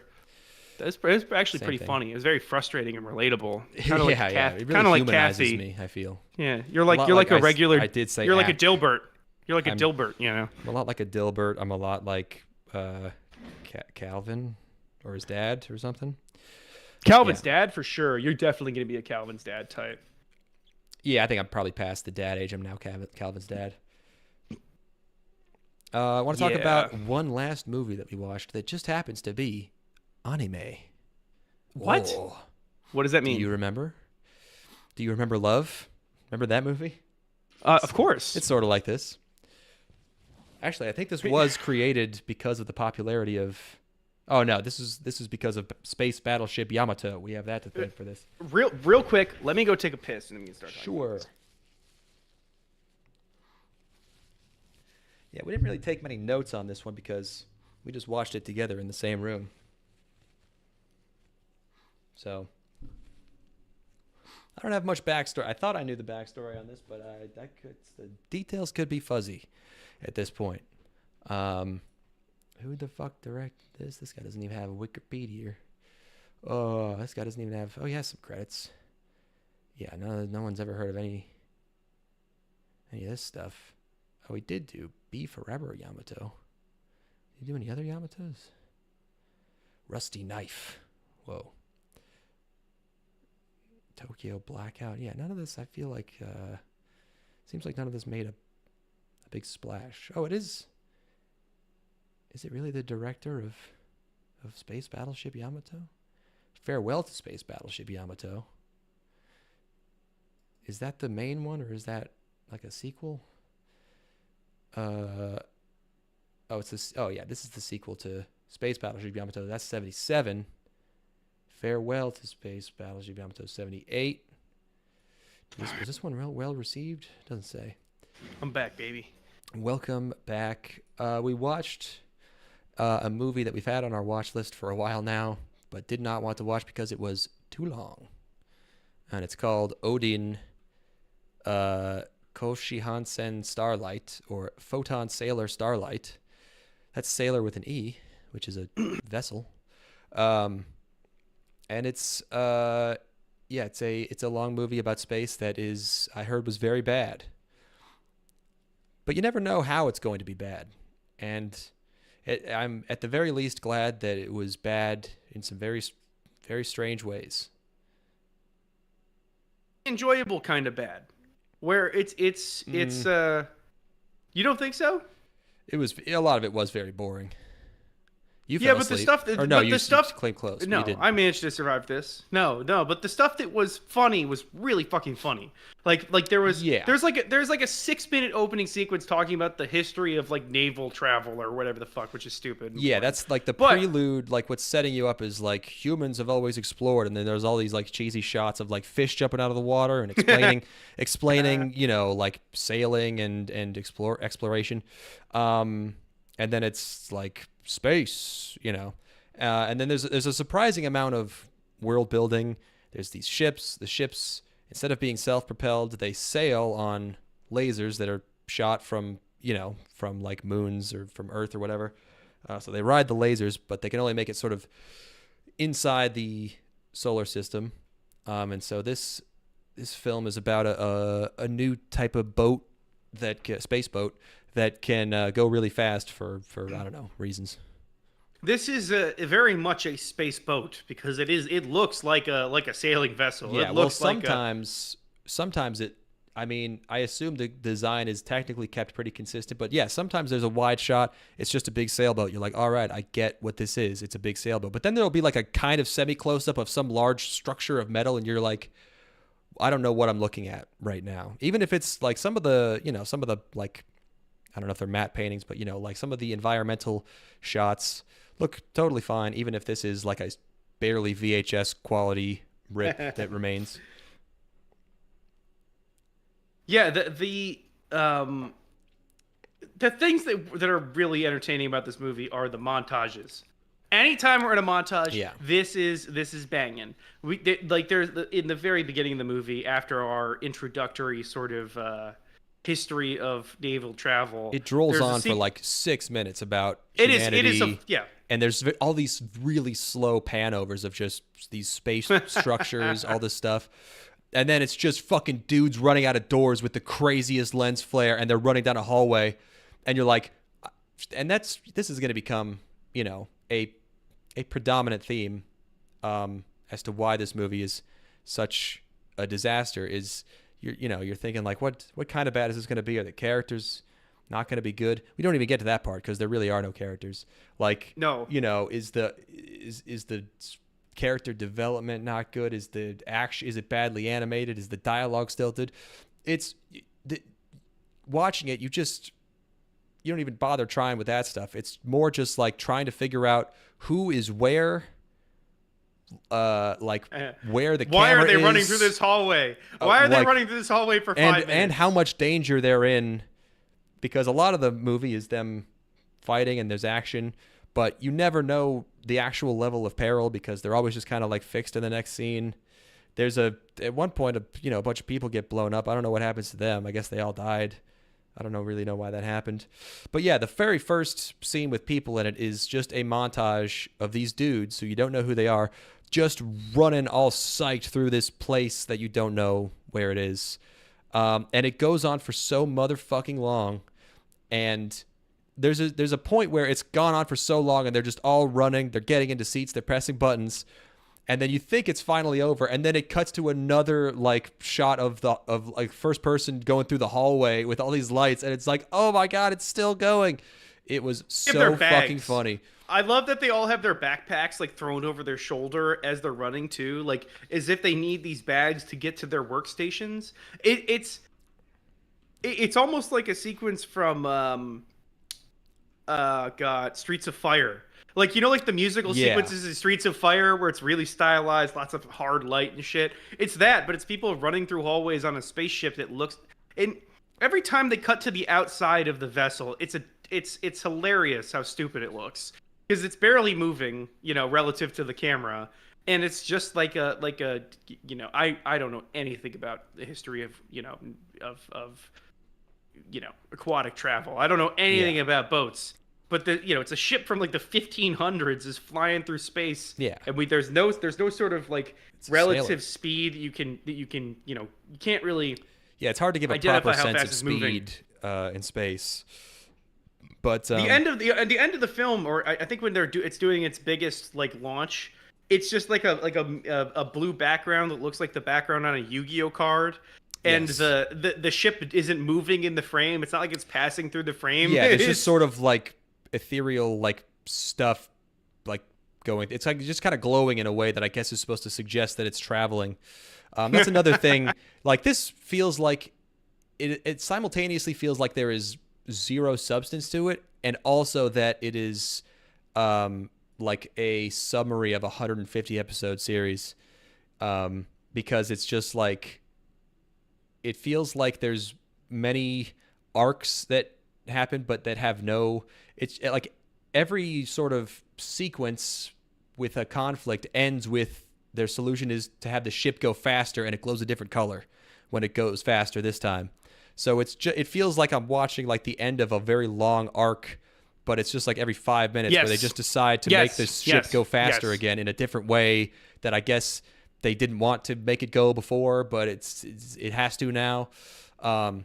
Every scene is 10 manga chapters.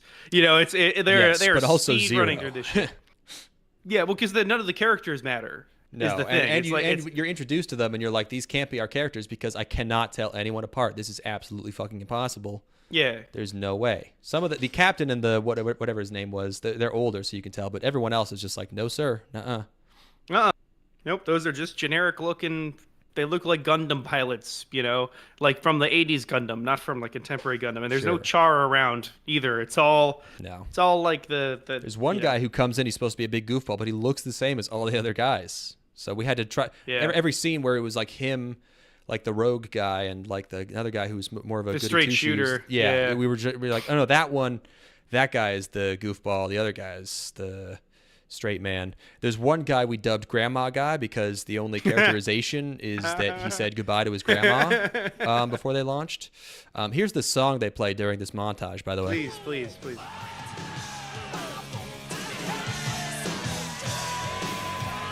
Yeah. Just imagine just rolling hallway shots. They're just running through a hallway. That's all that's happening for like 3 minutes.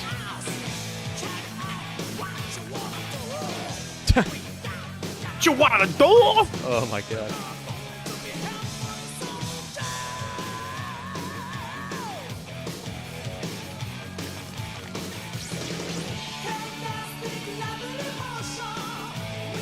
I mean, how am I supposed to deny I like this part.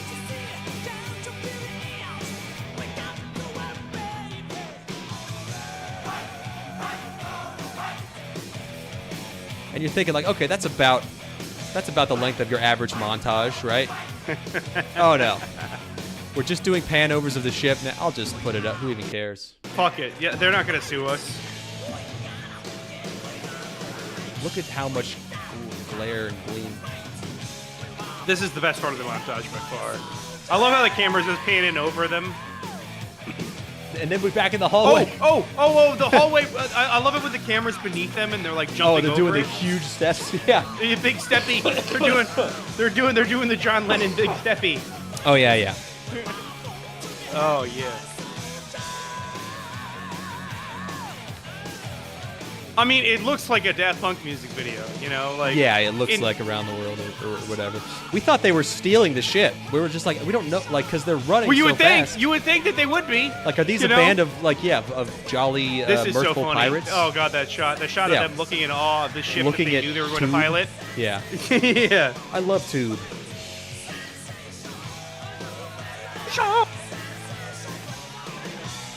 And they all keep running into rooms, and you're like, how many dudes are there? How many rooms are there? Does this one have the big lever? Which room has the big lever? I think that's towards the end.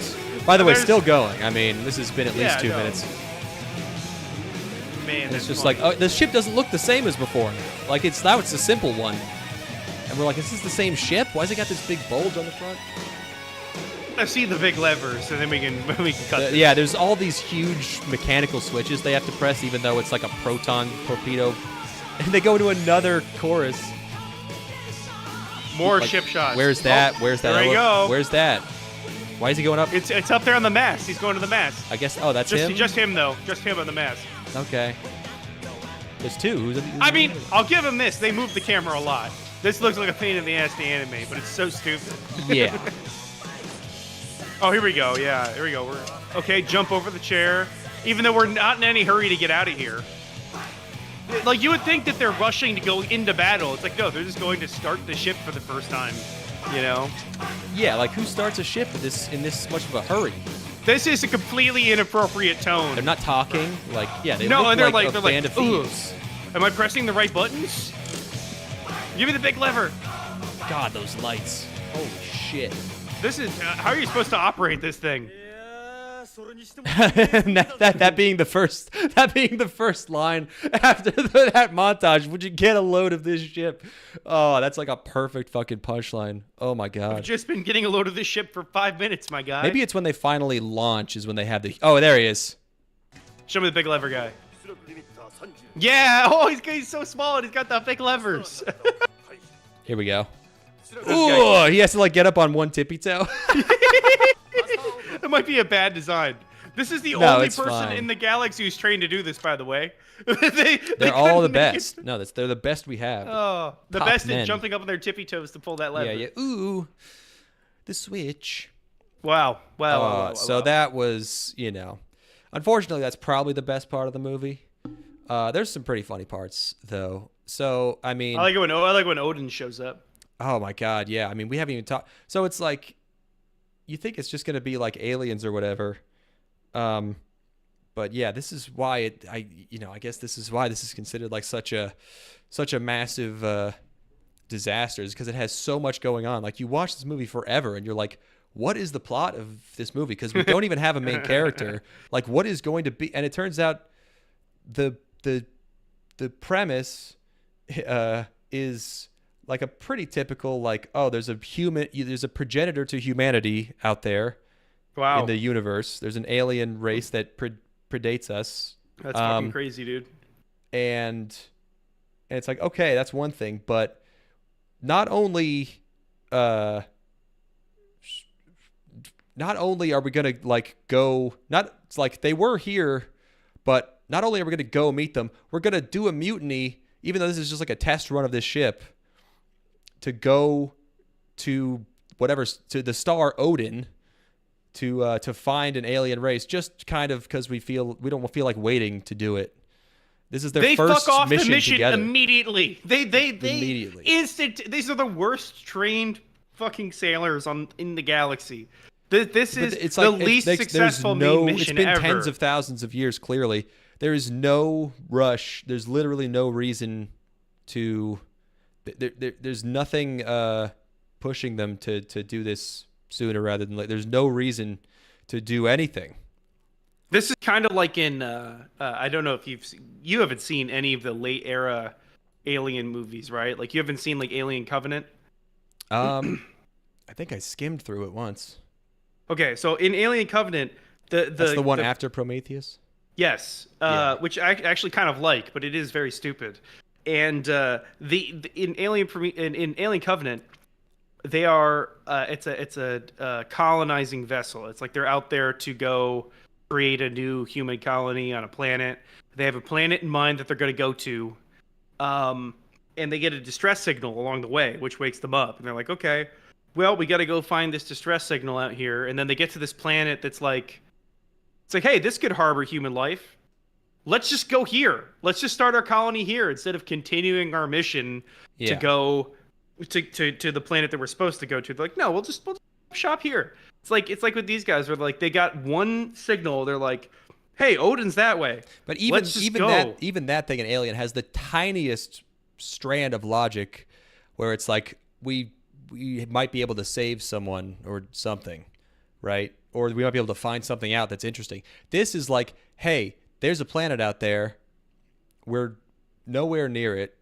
We're still in our own galaxy. It's not like we're going to lose a chance because we're passing by it. It's like you're sitting in your house and you're like holding a bunch of shit and you're like, oh fuck, they opened up a fucking Chuck E. Dave & Cheese? Buster's. Yeah, they opened up a Dave & Buster's and you just like drop a bunch of glassware and like destroy your floor. You're like, I fucking have to go now.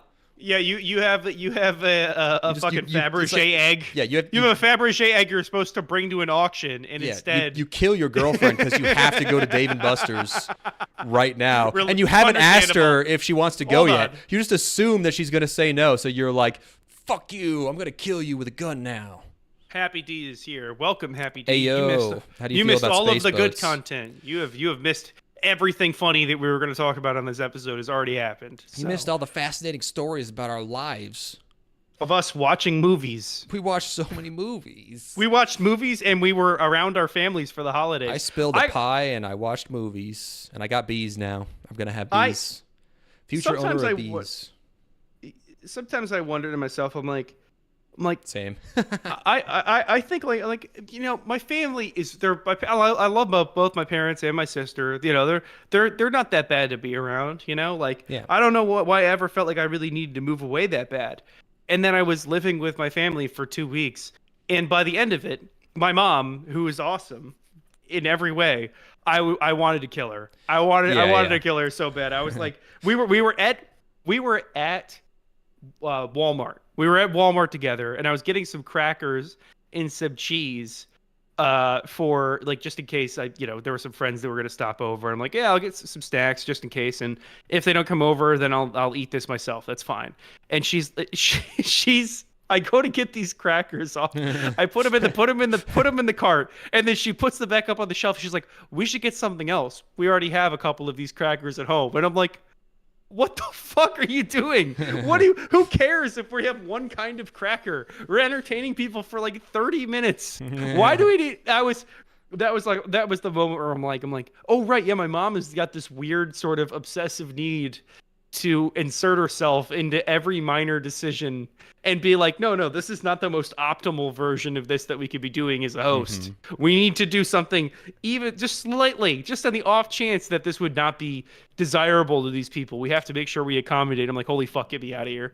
Get me out of here. I got to go back to my place where I never have to entertain anybody, I know that sounds like an extremely minor thing, but this was after like every single thing I would do was completely second guessed. I was like, holy shit, just let me do the dishes.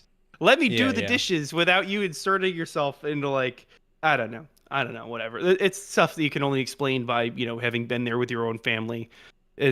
Families are amazing at finding a way to annoy the shit out of each other in absolutely benign manners, like just the smallest action can drive you up the fucking wall. Yeah, I'm always surprised how many people just like hate their families, but at the same time I'm like, yeah, there's a reason you move out. It's just better. I remember when I was moving from the apartment to here, like I had to move so much shit and everyone was helping me, and that's great, and I appreciate that. But like, I was stressed at one point, and like I think I was leaving the apartment to like move some big thing, and my mom stopped me, and she held up this like year-old half bag of coffee, and she was like, "Do you want this? Is this important?" And I was just like, "It doesn't matter." Like, sure, whatever. And she's like, well, do you want it? Here. And I was like, and I didn't say anything. I just gave her this look, and she was immediately like, okay, never mind. That's the kind of shit. That's the kind of mom shit where you're like, I do not care what we have for dinner. Yeah. and that is not an acceptable response. No. It is not acceptable to say that you do not care. Please, whatever you would like is fine. Is not ever an acceptable response. It's like, no, you can't. Oh God, just going in circles about the smallest fucking things. It's like, lady, how can you live like this? How can you live like this where everything has to be some big to do? It's like, let's order burgers. That's fine. Oh God. Yeah, I know. These are the problem of my family cares about me too much is in fact the biggest first world fucking problem you can have. But goddamn, is it ever annoying, And the funny thing is that like when my mom and I recognize that this is going on, we immediately are able to laugh it off. It's like we're like this is obviously stupid. Yeah. So that's great. It's like like 5 minutes later, we're like, we're just joking about it. Good. Yeah. And it's chill. And I'm obviously it's not a luxury that a lot of people have, but in that moment, I'm like, holy fucking shit, lady, just let me get the crackers off the shelf. just let me get the crackers off the shelf. Grab these goddamn crackers. It's like, should we get a variety of beers? Is that enough? Do they want? Are we sure that these are beer drinkers? Do we need to get some seltzers as well? Maybe they don't want beer. It's like, lady, we're gonna have fucking beer. we're gonna have crackers, and we're gonna have cheese. And if they don't want any of those things, they can have fucking water or soda. Okay? God. My dad's Christmas, Christmas Eve, he texted me I'm going to grab drinks for the party. Let me know anything you want. So and so my step brother, he likes sours, so I'm gonna get some of those. And I was like, yeah, that's fine. And then I go like, I would drink something basic like a Yingling or a what did I say, or a Stella or something. And I get there and he's like, yeah, I got you Angry Orchards like you like. And I was like, what? Okay, sure. And then he told me later, he was like, your sister sent me a text and I just thought it was you, and she said I like Angry Orchard. So he just thought it was me. But then I was like, I was almost gonna like tell him like to get Brooklyn Brewery Bel Air sours because those are the best. But then again, I was thinking like, I really only had that. I don't actually know if it's the best. I don't know what my stepbrother likes. Maybe I'm a huge pleb and that's like a lame sour. And I don't want to be picky, so I'll just be like, get whatever. So yeah, the sour beers he got were like these pink cans, and they were called like Glicky Gloop like raspberry sours. Like it was insane. Yeah. This insane like can. Pickle Rick, fucking Wizards of Waverly Place, fucking sour ale. Yeah. This is Halloween Town. Halloween Town. Star Wars Rogue One. Sours. Yeah, this is Hubby Halloween commemorative. Yeah. Extra IPA. This is please to watch dark. Andor on Disney Plus. Yeah. 8%. Yeah, this is a sickly green can of Baby Yoda sour fucking puke beer. This is Baby Yoda piss. Yeah.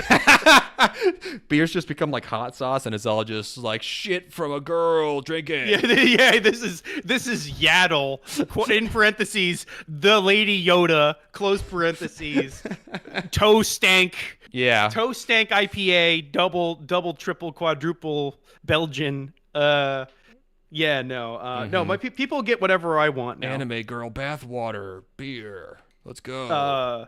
Drink it in your man cave. I had a moment where I was there long enough to where I decided, I'm like, I am just going to cook for myself and actually just meal prep some food that I want, because my parents are old and don't eat real breakfast. And they don't eat real lunch. They just have a big dinner, and that's all they eat, really. Yeah. So I have 2 full meals that I'm missing out on, and I'm a mighty big man. I'm a sizable gentleman, and I've heard that about you. And I made some bulgogi beef, which is one of my go-tos. I'll do me some Korean beef with over rice. Okay, and I'm like, I have no idea if this is remotely appetizing to anybody else, because I've been making it one way for 6 years. I've made this same dish 100 times, never once measured anything. I'm just throwing shit in there until it tastes right to me. And I was like, man, I hope that anybody else likes this at all. Does this taste like fucking soy sauce that's been fished out of a out of a fish's stomach to everyone else? Yeah. It's like, this is just a disaster of brown sugar and sesame and fucking all the shit. And then my mom tried it while I wasn't home at one point. She says, like, I tried the beef. It was very good. And I'm like, okay, my mouth is in fact working. Yeah. I have not cooked for another human being I think the last time I cooked for another person before that was right when I moved down. And then the last time before that was probably when I was making burgers at the pool that one time. Would be the last time that I cooked for anybody, Jesus. It's like I don't have a reason to, I'll make pizza, but it's like, for people, but that's really it, Yeah, it's good to be it's good to get an occasional reminder, like, okay, I'm not eating like 10 grams of salt per day. No, I someday I'm gonna have children that will have to eat my food, So maybe, yeah. Happy to watch the Escalphone movie. You talk about what you think the Escalphone movie is while I use the bathroom, Ethan. Okay, Escaflowne. I think that Escaflowne, based on the name, this sounds like a mecha anime that has sort of like the more floral looking mechas. You know how sometimes mechas will have like the shoulder pads and like the like all the armor will be more organic looking.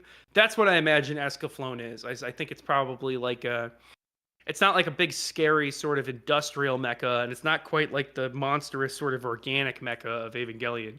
Escaflowne's got to be. Maybe I'm just attached to the flow thing, and I'm thinking flower, but I'm thinking that they're floral sort of looking mecha. There's probably a main character who has to make moral decisions throughout the course of the film. He is put in a position where he needs to make a decision between his own people and another group of people. Maybe it's kind of like a Pocahontas scenario. Maybe it's Pocahontas scenario. Maybe there's an alien lady, and he has to make a decision about whether or not to. Movie's take on the mecha is a little bit more biotech and grotesque. Okay, well in that case, then the main character has he's out for vengeance. His parents were killed by the other faction, and he is on his way to exact his revenge, and then realizes along the way that it's ultimately fruitless to go for revenge, and that he needs to make peace with what happened in the past and not carry on the cycle of violence. I'm trying to figure out what Escaflowne is. I think you're talking about Sonic 3 by accident. No, it wasn't by accident, my friend. It's the only piece of media I remember anymore. Yeah. So fantastic. I can't. Something's wrong with my voice. I've been coughing too much. I can't do falsettos anymore. I go, wow, that's weird. That's really shame because your career really relies on you doing a falsetto. I have to do the falsettos because you are. I don't know if we've talked about this recently. You became a phone sex operator, and you pretend to be a lady and talk to truckers who are jerking off. Oh yeah. Oh yeah, baby. You sound pretty. What do you sip? What do you zipping on over there? This is leftover beers from New Year's. This is just Yanglings, cans of Yangling. Yeah, I know Escaflowne. I don't actually know what it's about, but I know that it looks damn nice. There's like elves and robots and stuff. Let me look this up. Let me see if I'm even remotely. You've seen shots of Escaflowne. Oh my God! There's a tiger girl. There's a tiger lady. Yeah. Uh-oh. Oh, is this how old is this tiger lady? Is this a? Oh, why does this? Well, this robot looks like a Digimon. This looks like Omnimon from the Digimon movie. Have you heard the? I think it's a Portuguese Digivolution or whatever it's called. No, put it on. Portuguese. Is it called a Digivolution? What is it called? Digivolution? Yeah, that sounds right. Yeah, they just jam Digi wherever they can in that series. It's not Digivolution. What is it called? Is it Digi-Evolution? Is it that simple? It can't be, right? Oh, it is Digi-Evolution. Yeah. This is the official Portuguese dub.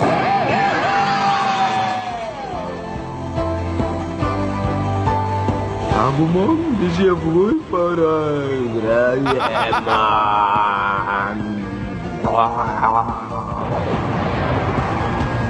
This is Agumon, obviously. So yeah, that's buddy. Holy shit! It sounds like you just got like a really drunk guy to record the lines with no second take. Yeah, I heard someone. Wow. Digivolve and Digivolution. Okay. I heard someone mention that, and also the French Starmie. Oh, no, that's a good one. Okay, you know that one. Yeah, bring it up though. Bring it up. Let's see. Where is? Maybe this one. Go!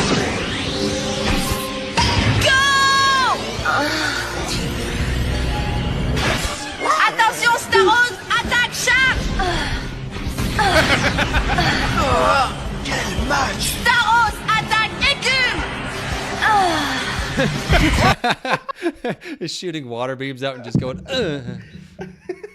You just know they asked some French lady to like grunt into the microphone, but she just started going like, and they were just like, "That's great, that's perfect." We'll what about I think is French Goldine one as well? Hold on.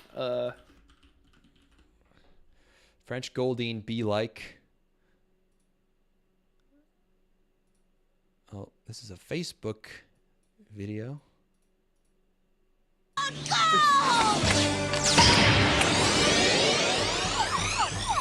Poissy, poissy, poissy, poissy, reine. Poissy, poissy, poissy, poissy, reine.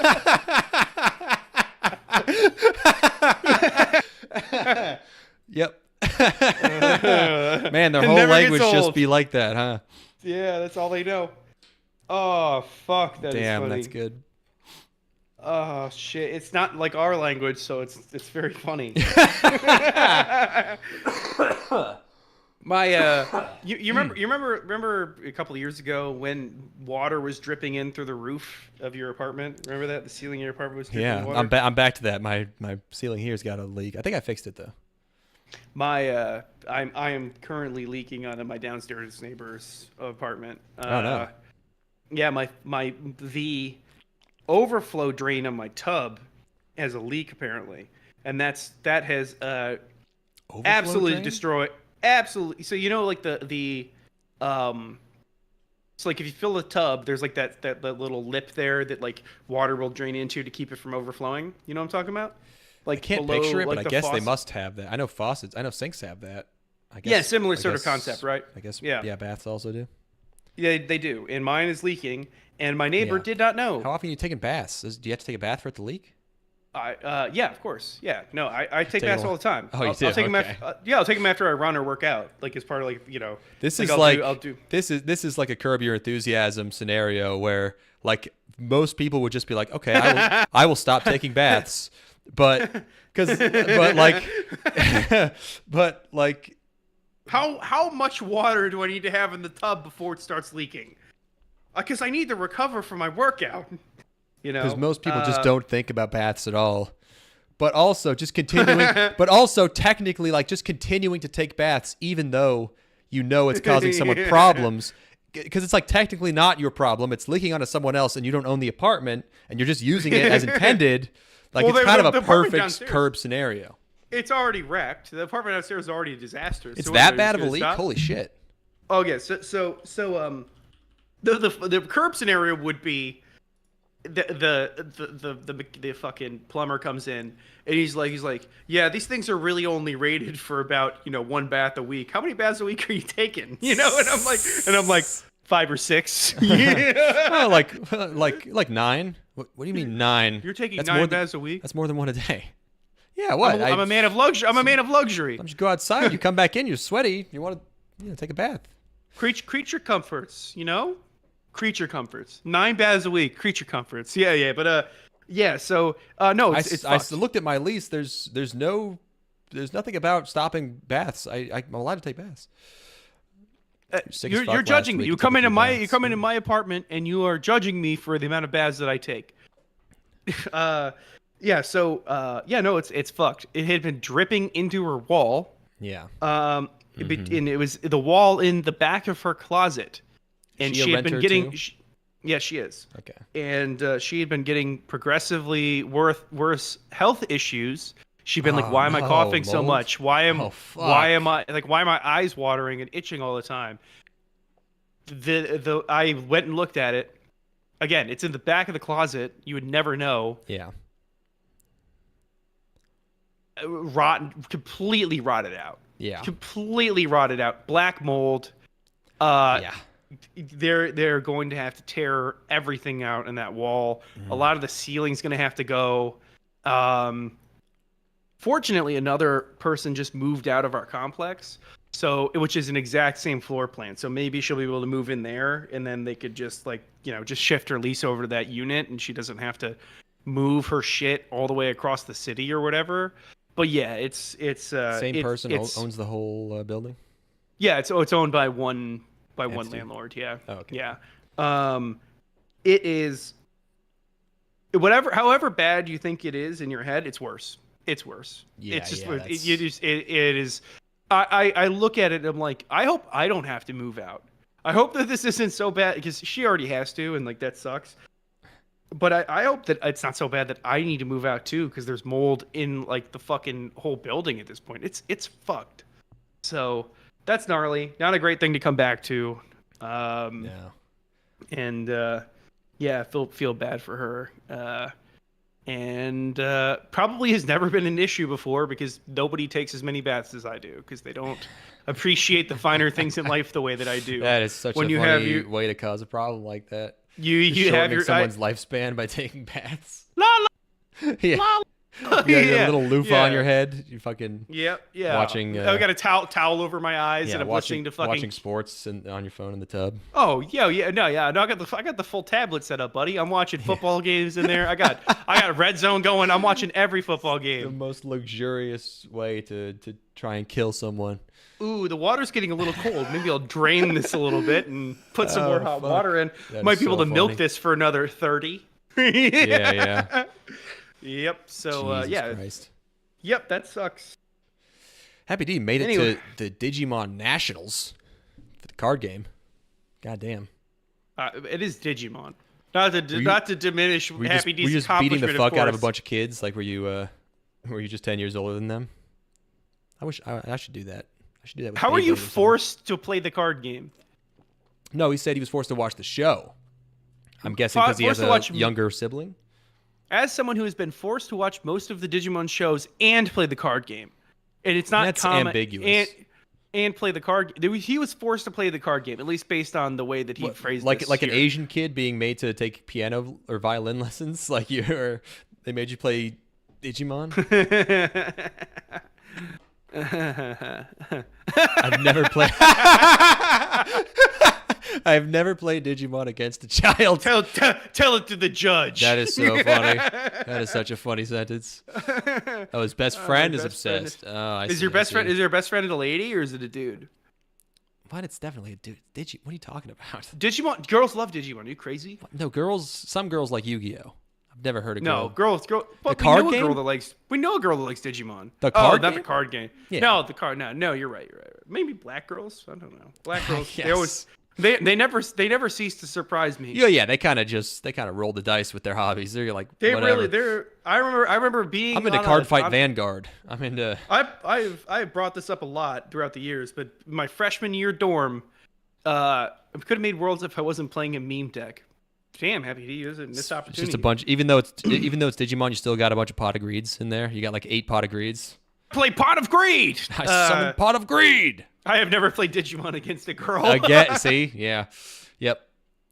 I used I to bring- when I was like 6 years old. I would force my dad to wake up at 6 a.m. and make him play Yu-Gi-Oh with me, and he had no idea how to play the game. That was funny. Before you went to school? Yeah. Oh, funny. Maybe if you hadn't have done that, he wouldn't have been an alcoholic. That is probably my fault. Yeah. Yeah. Have you ever thought about that? Maybe that was your fault. Have you ever at any point been like, damn? If it was just the Yu-Gi-Oh, I guess I understand. Other than that, I was a very low maintenance kid. You can't blame me for anything. The one time you wanted anything, it put him over the edge. Yeah. Even- Well, unfortunately, anything was playing Yu-Gi-Oh at 6 in the morning. Was this when he had the pizza joint? Yeah.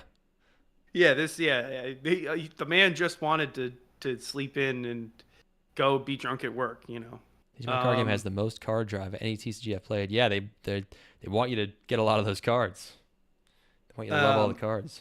All right, back to black women. I have brought this up many a time, but in my freshman year of college, you had to basically submit an application to all of the dorms, and I procrastinated on that. So I got put into the last dorm that was available, which was the low income dorm, whatever. It was the dorm for people that couldn't afford whatever extra money it was to be in a dorm room. Sick. Which is crazy that exists. So on my floor, I had it was my wing was people straight out of the hood of Cleveland or from Appalachia, or the other side, it was split. It was one half was women, one half was men. All of the guys on my side were straight out of the hood of Cleveland, or from Appalachia, and then the other side was black lesbians, all black lesbians the entire way through. And I'll tell you what, nobody likes BL manga more than black lesbians. They fucking love it. They love that shit. They're all about it. Slurp it up. Yes. And that was my first experience with anybody that was actually actively reading BL manga. But they were chill. They all had GameCubes. They let me play their GameCubes. That was nice. Anyway, where are we going with this? Oh, do you want to get back to Photon sailing? I guess, yeah. So yeah, I mean this movie is so they decide to mutiny and go to Odin, and it gets progressively sillier. They find a lady in like a pod who's like of the progenitor race, and she can like understand the language, and there's a scene where she like freaks out because she's hearing it, and she's like, oh. But just the whole conception here is so funny because it's like, it's called Odin. I can't believe someone hasn't made like a big, like Nightcore Hyperborea edit of this movie, because it's all just about like, we have to find Odin. We have to return to who we are. It's hilarious because it's like, it's a different planet, but it's also like Nordic, but it's a Japanese movie. It's like, I don't know. And then there's a giant dude in space who shows up. So and then when they get there, it's like the Odin. What is the other race even called? I don't know. The Odin people, they had some kind of disaster, and they've been under like siege by robots. So then they have to beat the robots, and like the last like half hour of this movie is a real drag because it's like a gunfight that goes on for fucking ever. Yeah, there's a big giant robot face that talks to them. Kind of like at the end of the Matrix Revolutions. There's a big robot face. I do think that this is where we get some of the funniest going fast in the sailboat. They're always just glowing. They're glowing gold. They're glowing red. This guy's got a mouse. Anything ever coming to that? Yeah. Nope. Of course not. Okay. Of course not. I don't know. Anytime that the silly glam rock music comes in, it gets kind of entertaining. There's a lot of there's quite a few montages, but it's just the pacing is baffling. It really feels like someone who has never made a movie and doesn't know what a movie is, because it just is it's all over the place. Yeah, this is really like just basically material for like a loop that you would put behind like a Young Bay song, or like a Macross song, or like just like a vaporwave album. Yeah, some basically. Loops for a vaporwave or a XXS Tentacion song on YouTube. Yeah. Nope. It is in fact bad. It should, if this thing was $1.30 or even like some movies could be as short as $1.20. There's the image that lives in my head right there. Yeah, that's the one that I'm talking about with the Yu-Gi-Oh background. Like that's like yeah. Have you seen the pancake? That's the Yu-Gi-Oh card. No. I don't know if this guy did this on purpose, but it was also it might just be fake, but yeah, it was I think it was a Japanese guy, and he just. Can I just drag this into? No, of course not. Hold on, let me save it.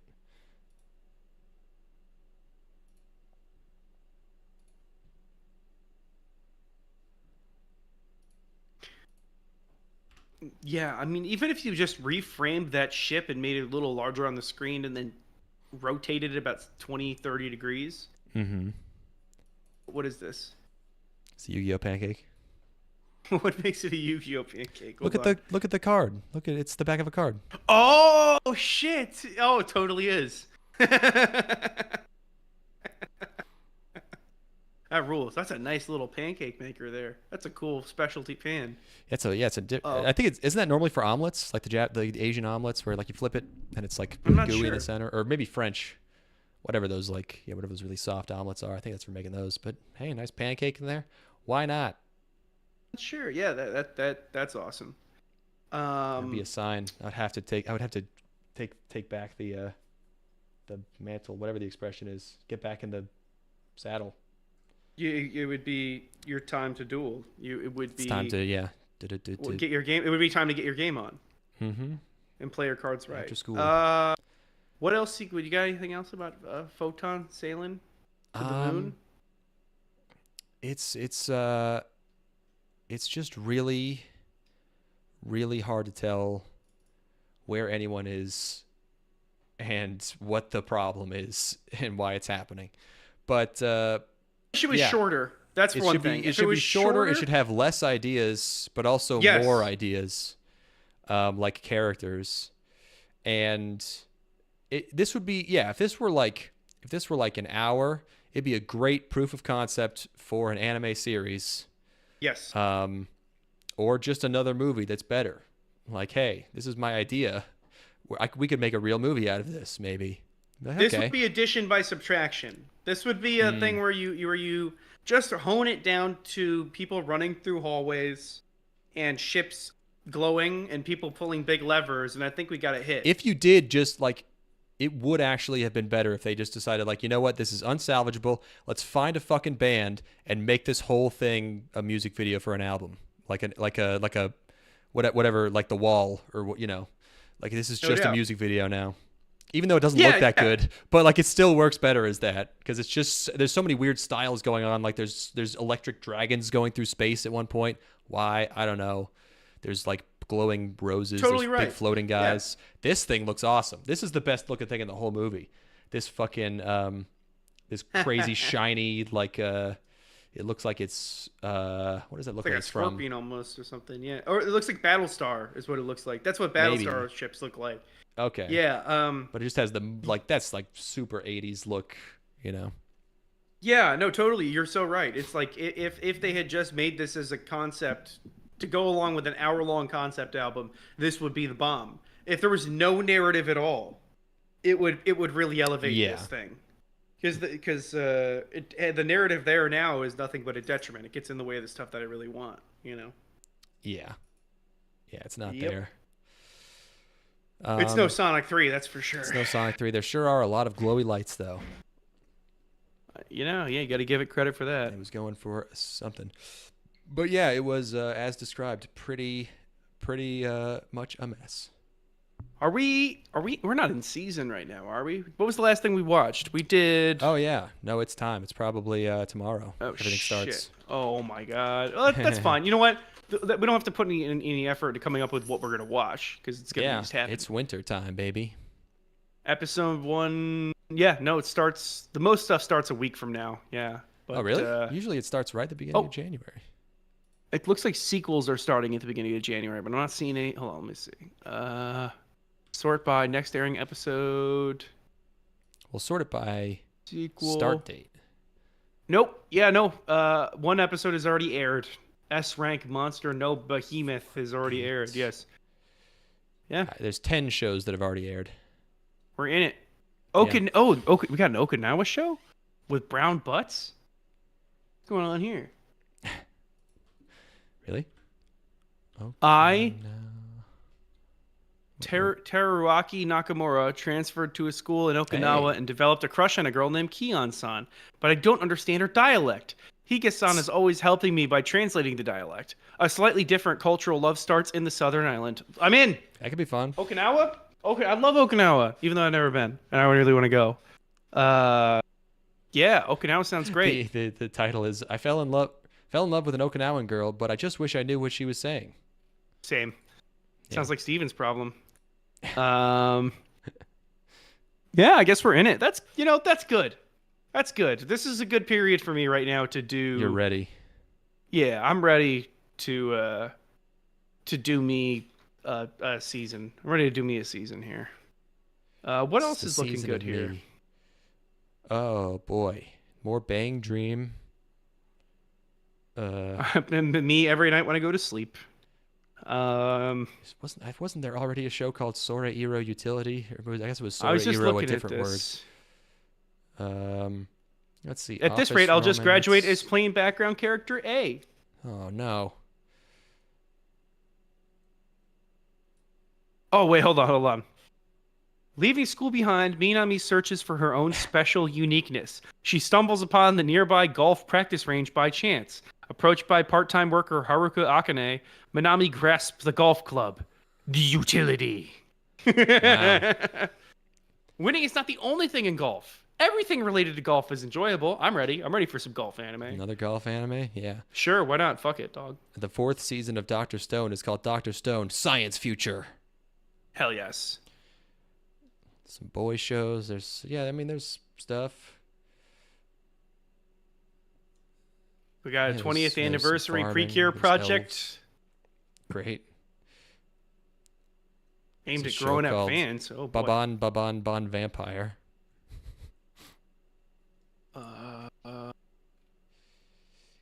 Nothing really jumping out at me, but I'm sure some of it will surprise us, as it always does. Every season, we always find one diamond in the rough. We'd never struck out once. Ever. Never. Never, ever.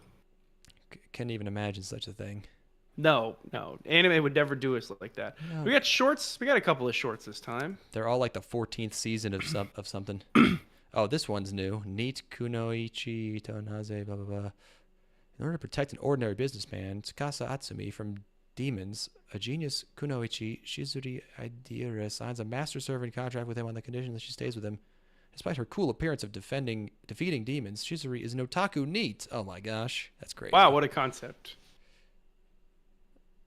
And then we got a season 2, a season 14, and a sequel to Season 14. Kanikun Kuiki level X. How much shit is even airing this season? It doesn't look like a lot. This It doesn't never look looks like like a lot, but I mean,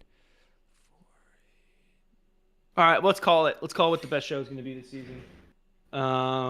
Okay, so I'm not going to go Okinawa show because I know that's going to disappoint me. That just seems like one that I'm ripe to be disappointed by. So I'm going to go.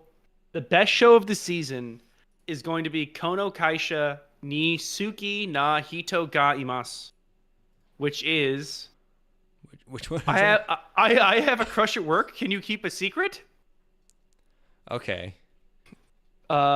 Yui Matsuya and Masuga Taiteishi, that's a hell of a name, aren't just any coworkers. They totally have the hots for each other. Wow. His helpful yet humble attitude makes her giddy, and her cuteness leaves him grinning like a fool. Problem is, they're trying to keep their new relationship under wraps to avoid making things awkward at work. But seeing as how they can't keep their hands off of each other, they run the risk of spilling their little secret each passing day at the office. That's a slam dunk. That's a home run. That's the best show of the season. Calling it right now. Calling it? Okay. Calling it. What do you got? Oh boy.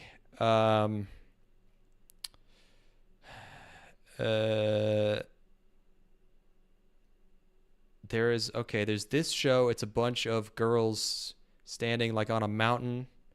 Magic Maker Isekai Maho no Tsurikata. Hold on. I like the optimism. I mean, usually I'm correct and I just kind of go off of character design. This one I like. I don't know. Yeah, this is a tough one actually. I don't know. There's no there's no one really pulling out super far ahead, I don't think. Early. What about honey? How about honey lemon soda? The art style concerns me because it's very boring. Well, you don't like good title, but yeah. But no. Honey lemon soda sounds like that sounds like the title of a shoujo that people will be talking about in 5 years from now. Well, like it just sounds that like Honey and Clover, right? Yoshimitsu Clover. Yeah, for sure. Momentary Lily. That's a good name. Is it Yuri? Let's see. I don't think it's Yuri. I kind of like the art style of Sora Iro Utility. I don't know what has Yostar Pictures done. Don't they usually do kind of cool stuff? Yostar.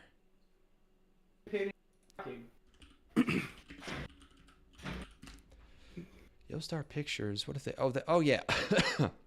Yostar Pictures has the potential to do interesting stuff. I don't know if they've had like a total slam dunk yet. No, I don't think they have. But their stuff is usually strangely well animated for what it is. So I'm what is it? Bullish? What does it mean when Yeah. you want? Do you think it's gonna go up? Yeah, I'm you're bullish on Sora Hero Utility. I'm bullish on Magic Maker, even though it has Isekai in the title. I think that might surprise us. I hope so, because I go into every season expecting to love everything. So I go into every season without prejudice. I assume every anime I boot up is gonna be a masterpiece. So. Oh, and you said Momentary Lily and didn't mention that it's Gohan's, which means it's going to be a fucking fever dream nightmare. No, I just read the title. So Does it still look like Handshakers? I always feel like, oh, maybe they've toned it down now, but I don't know. We'll see. Oh, I don't think they've toned it down. I don't think they toned it down. Oh no, they haven't. So I've gone for I got a crush on my coworker. That's my number one, and then I'm gonna throw Dark Horse in there. Okay. I'm gonna go Ameku MD Doctor Detective is my. Oh God, that's I didn't gonna be even my see that backup. one. That's my backup. Amaku Tako no Suri Karte. Karte? Wait, where the fuck is that? It's a lady and she's got How do you spell scrubs on. AMEKU space TAKAO space NO space. Oh, Get me okay. there? Project number 9. Okay. That's my fallback. I'm gonna go with my number one is the show about the office workers, and my number two is gonna be the ones working In at different a office. hospital. Yeah. Yes. Yeah. I'm full office core. You just want service again. Servant service. I'm full till I think it's time. It's been 10 years. Over 10 years since service. This is going to be the year of the mundane with these workplace character comedy. designs, I don't Workplace comedy slam dunk. Oh, it looks like it might be a mystery or something. She's a detective. She's a doctor and a detective. Right, yeah. So it's going to be an episodic procedural. It's not going to be office hijinks. I don't know, man. Maybe. We'll see. I don't know. This is my backup, okay? Open mind, yeah. Well, I Dark already Horse, like you know. said. I already know the other one is going to be the best show of the season. So I'm Eagerly already. It's waiting already 100 one for one. Girlfriends. 100 Girlfriends was probably good. I wish I would have kept watching that or anything. I already got the best show of the season on lock. I'm just trying to see if I can hit 1 and 2 because that's like bonus, you know. And based on what you picked, I think I'm in way better shape. So, anyway, there you go. There you have it. New year, new us. New year, new us. Oh yeah, yeah, cool. So, oh, that is House, the anime. Oh, okay.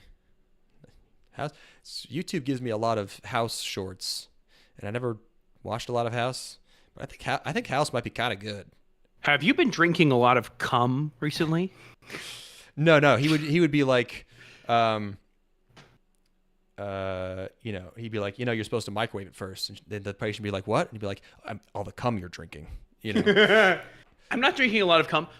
We can detect the cum in your bloodstream. You have a spiked level of semen in your bloodstream, abnormally high. So I think House actually might be good. Yeah, David was watching some of that last time I was hanging out with him, and it looked entertaining. House is good. Yeah, no, it's like, I mean, obviously it's like a formula, but he's so good. Like, yeah, Hugh Laurie. I don't know. Yeah. Yeah, it's great. I don't know. They don't feel the need to constantly like teach him lessons. Like normally, a lot of writers or whatever, they would be like, oh, he's like, he has to be like, a rough and tumble, like, like a quote unquote asshole with a heart of gold or whatever. And he's like mean to people, but then, but House will just like be racist and then he's right about everything. It's great. I don't know if he's racist. Maybe he's sexist. I don't know. But maybe probably both. They probably didn't make him racist. But yeah, he'll just be an how many cars you broken into today? Yeah. What do you mean? I got into a fight. It's like those cuts on your hand aren't from being in a fight. You've been breaking windows. Yeah. Jumping cars. You've been boosting cars. It's just a guy comes in with like all his limbs broken. He's like, you're supposed to use the back brake on the bike you stole too. I'm just taking measurements on your skull. Just as I thought. The criminal instinct lies within you. Mm-hmm. It's inherent in your blood. You're current with the manga. Oh, the house anime manga, House Girl. 200 chapters in. Oh no, that's okay. 100 girlfriends. He's 200 chapters in. He's at 31 girlfriends. Good Christ. If you gave me 200 chapters worth of release time, I could get to more than 31 girlfriends in real life. This is sad. Yeah, how long's it been airing? 200 chapters? That's like fucking. You got one a week for. That's what? 4 years. That's 4 years. 4 years, I can get better than 31 girlfriends easily. Yeah. If you, what is it? Do you have to be on 2 dates for them to be your girlfriend? I don't know how it works. I think if you kiss them, they're married to you. Okay. So if you hold hands, it's your girlfriend. Yeah. Well, if you kiss too much, they get pregnant. So. That is a real issue. But it's kissing, so it feels so good. I mean, I've totally done it a lot with a lot of girls. Yeah, I like it. And I know what it feels like because I've done it, of course. And girls like it when I do that too. I like when they use their fangs to shoot the spit into your mouth. Yeah, I like it when they spit into your eye and rub it in. 31 main characters there in every chapter. What? How is? Well, how many pages are there? Yeah, like it's not like The World God Only Knows, where like they just get thrown away when there's a new one. That's just like when I found out that Domestic Kanojo had 250 chapters. I was like, God fucking damn, how did they keep that drama going for that long? So many years. So we got to do the season, and then we got to get back on the Gatari because I got. You're feeling the urge. Yeah, I need to know what goes on. So I gotta let my cat out. Let's wrap this fucking thing up. Okay. Thank you for joining us. We're going out on the song that this film goes out on, if my video player will cooperate. It's a live action performance by this hair metal band called Loudness, I think, or whatever they're called. It's great. Thank you for tuning in. Bye-bye. Love you.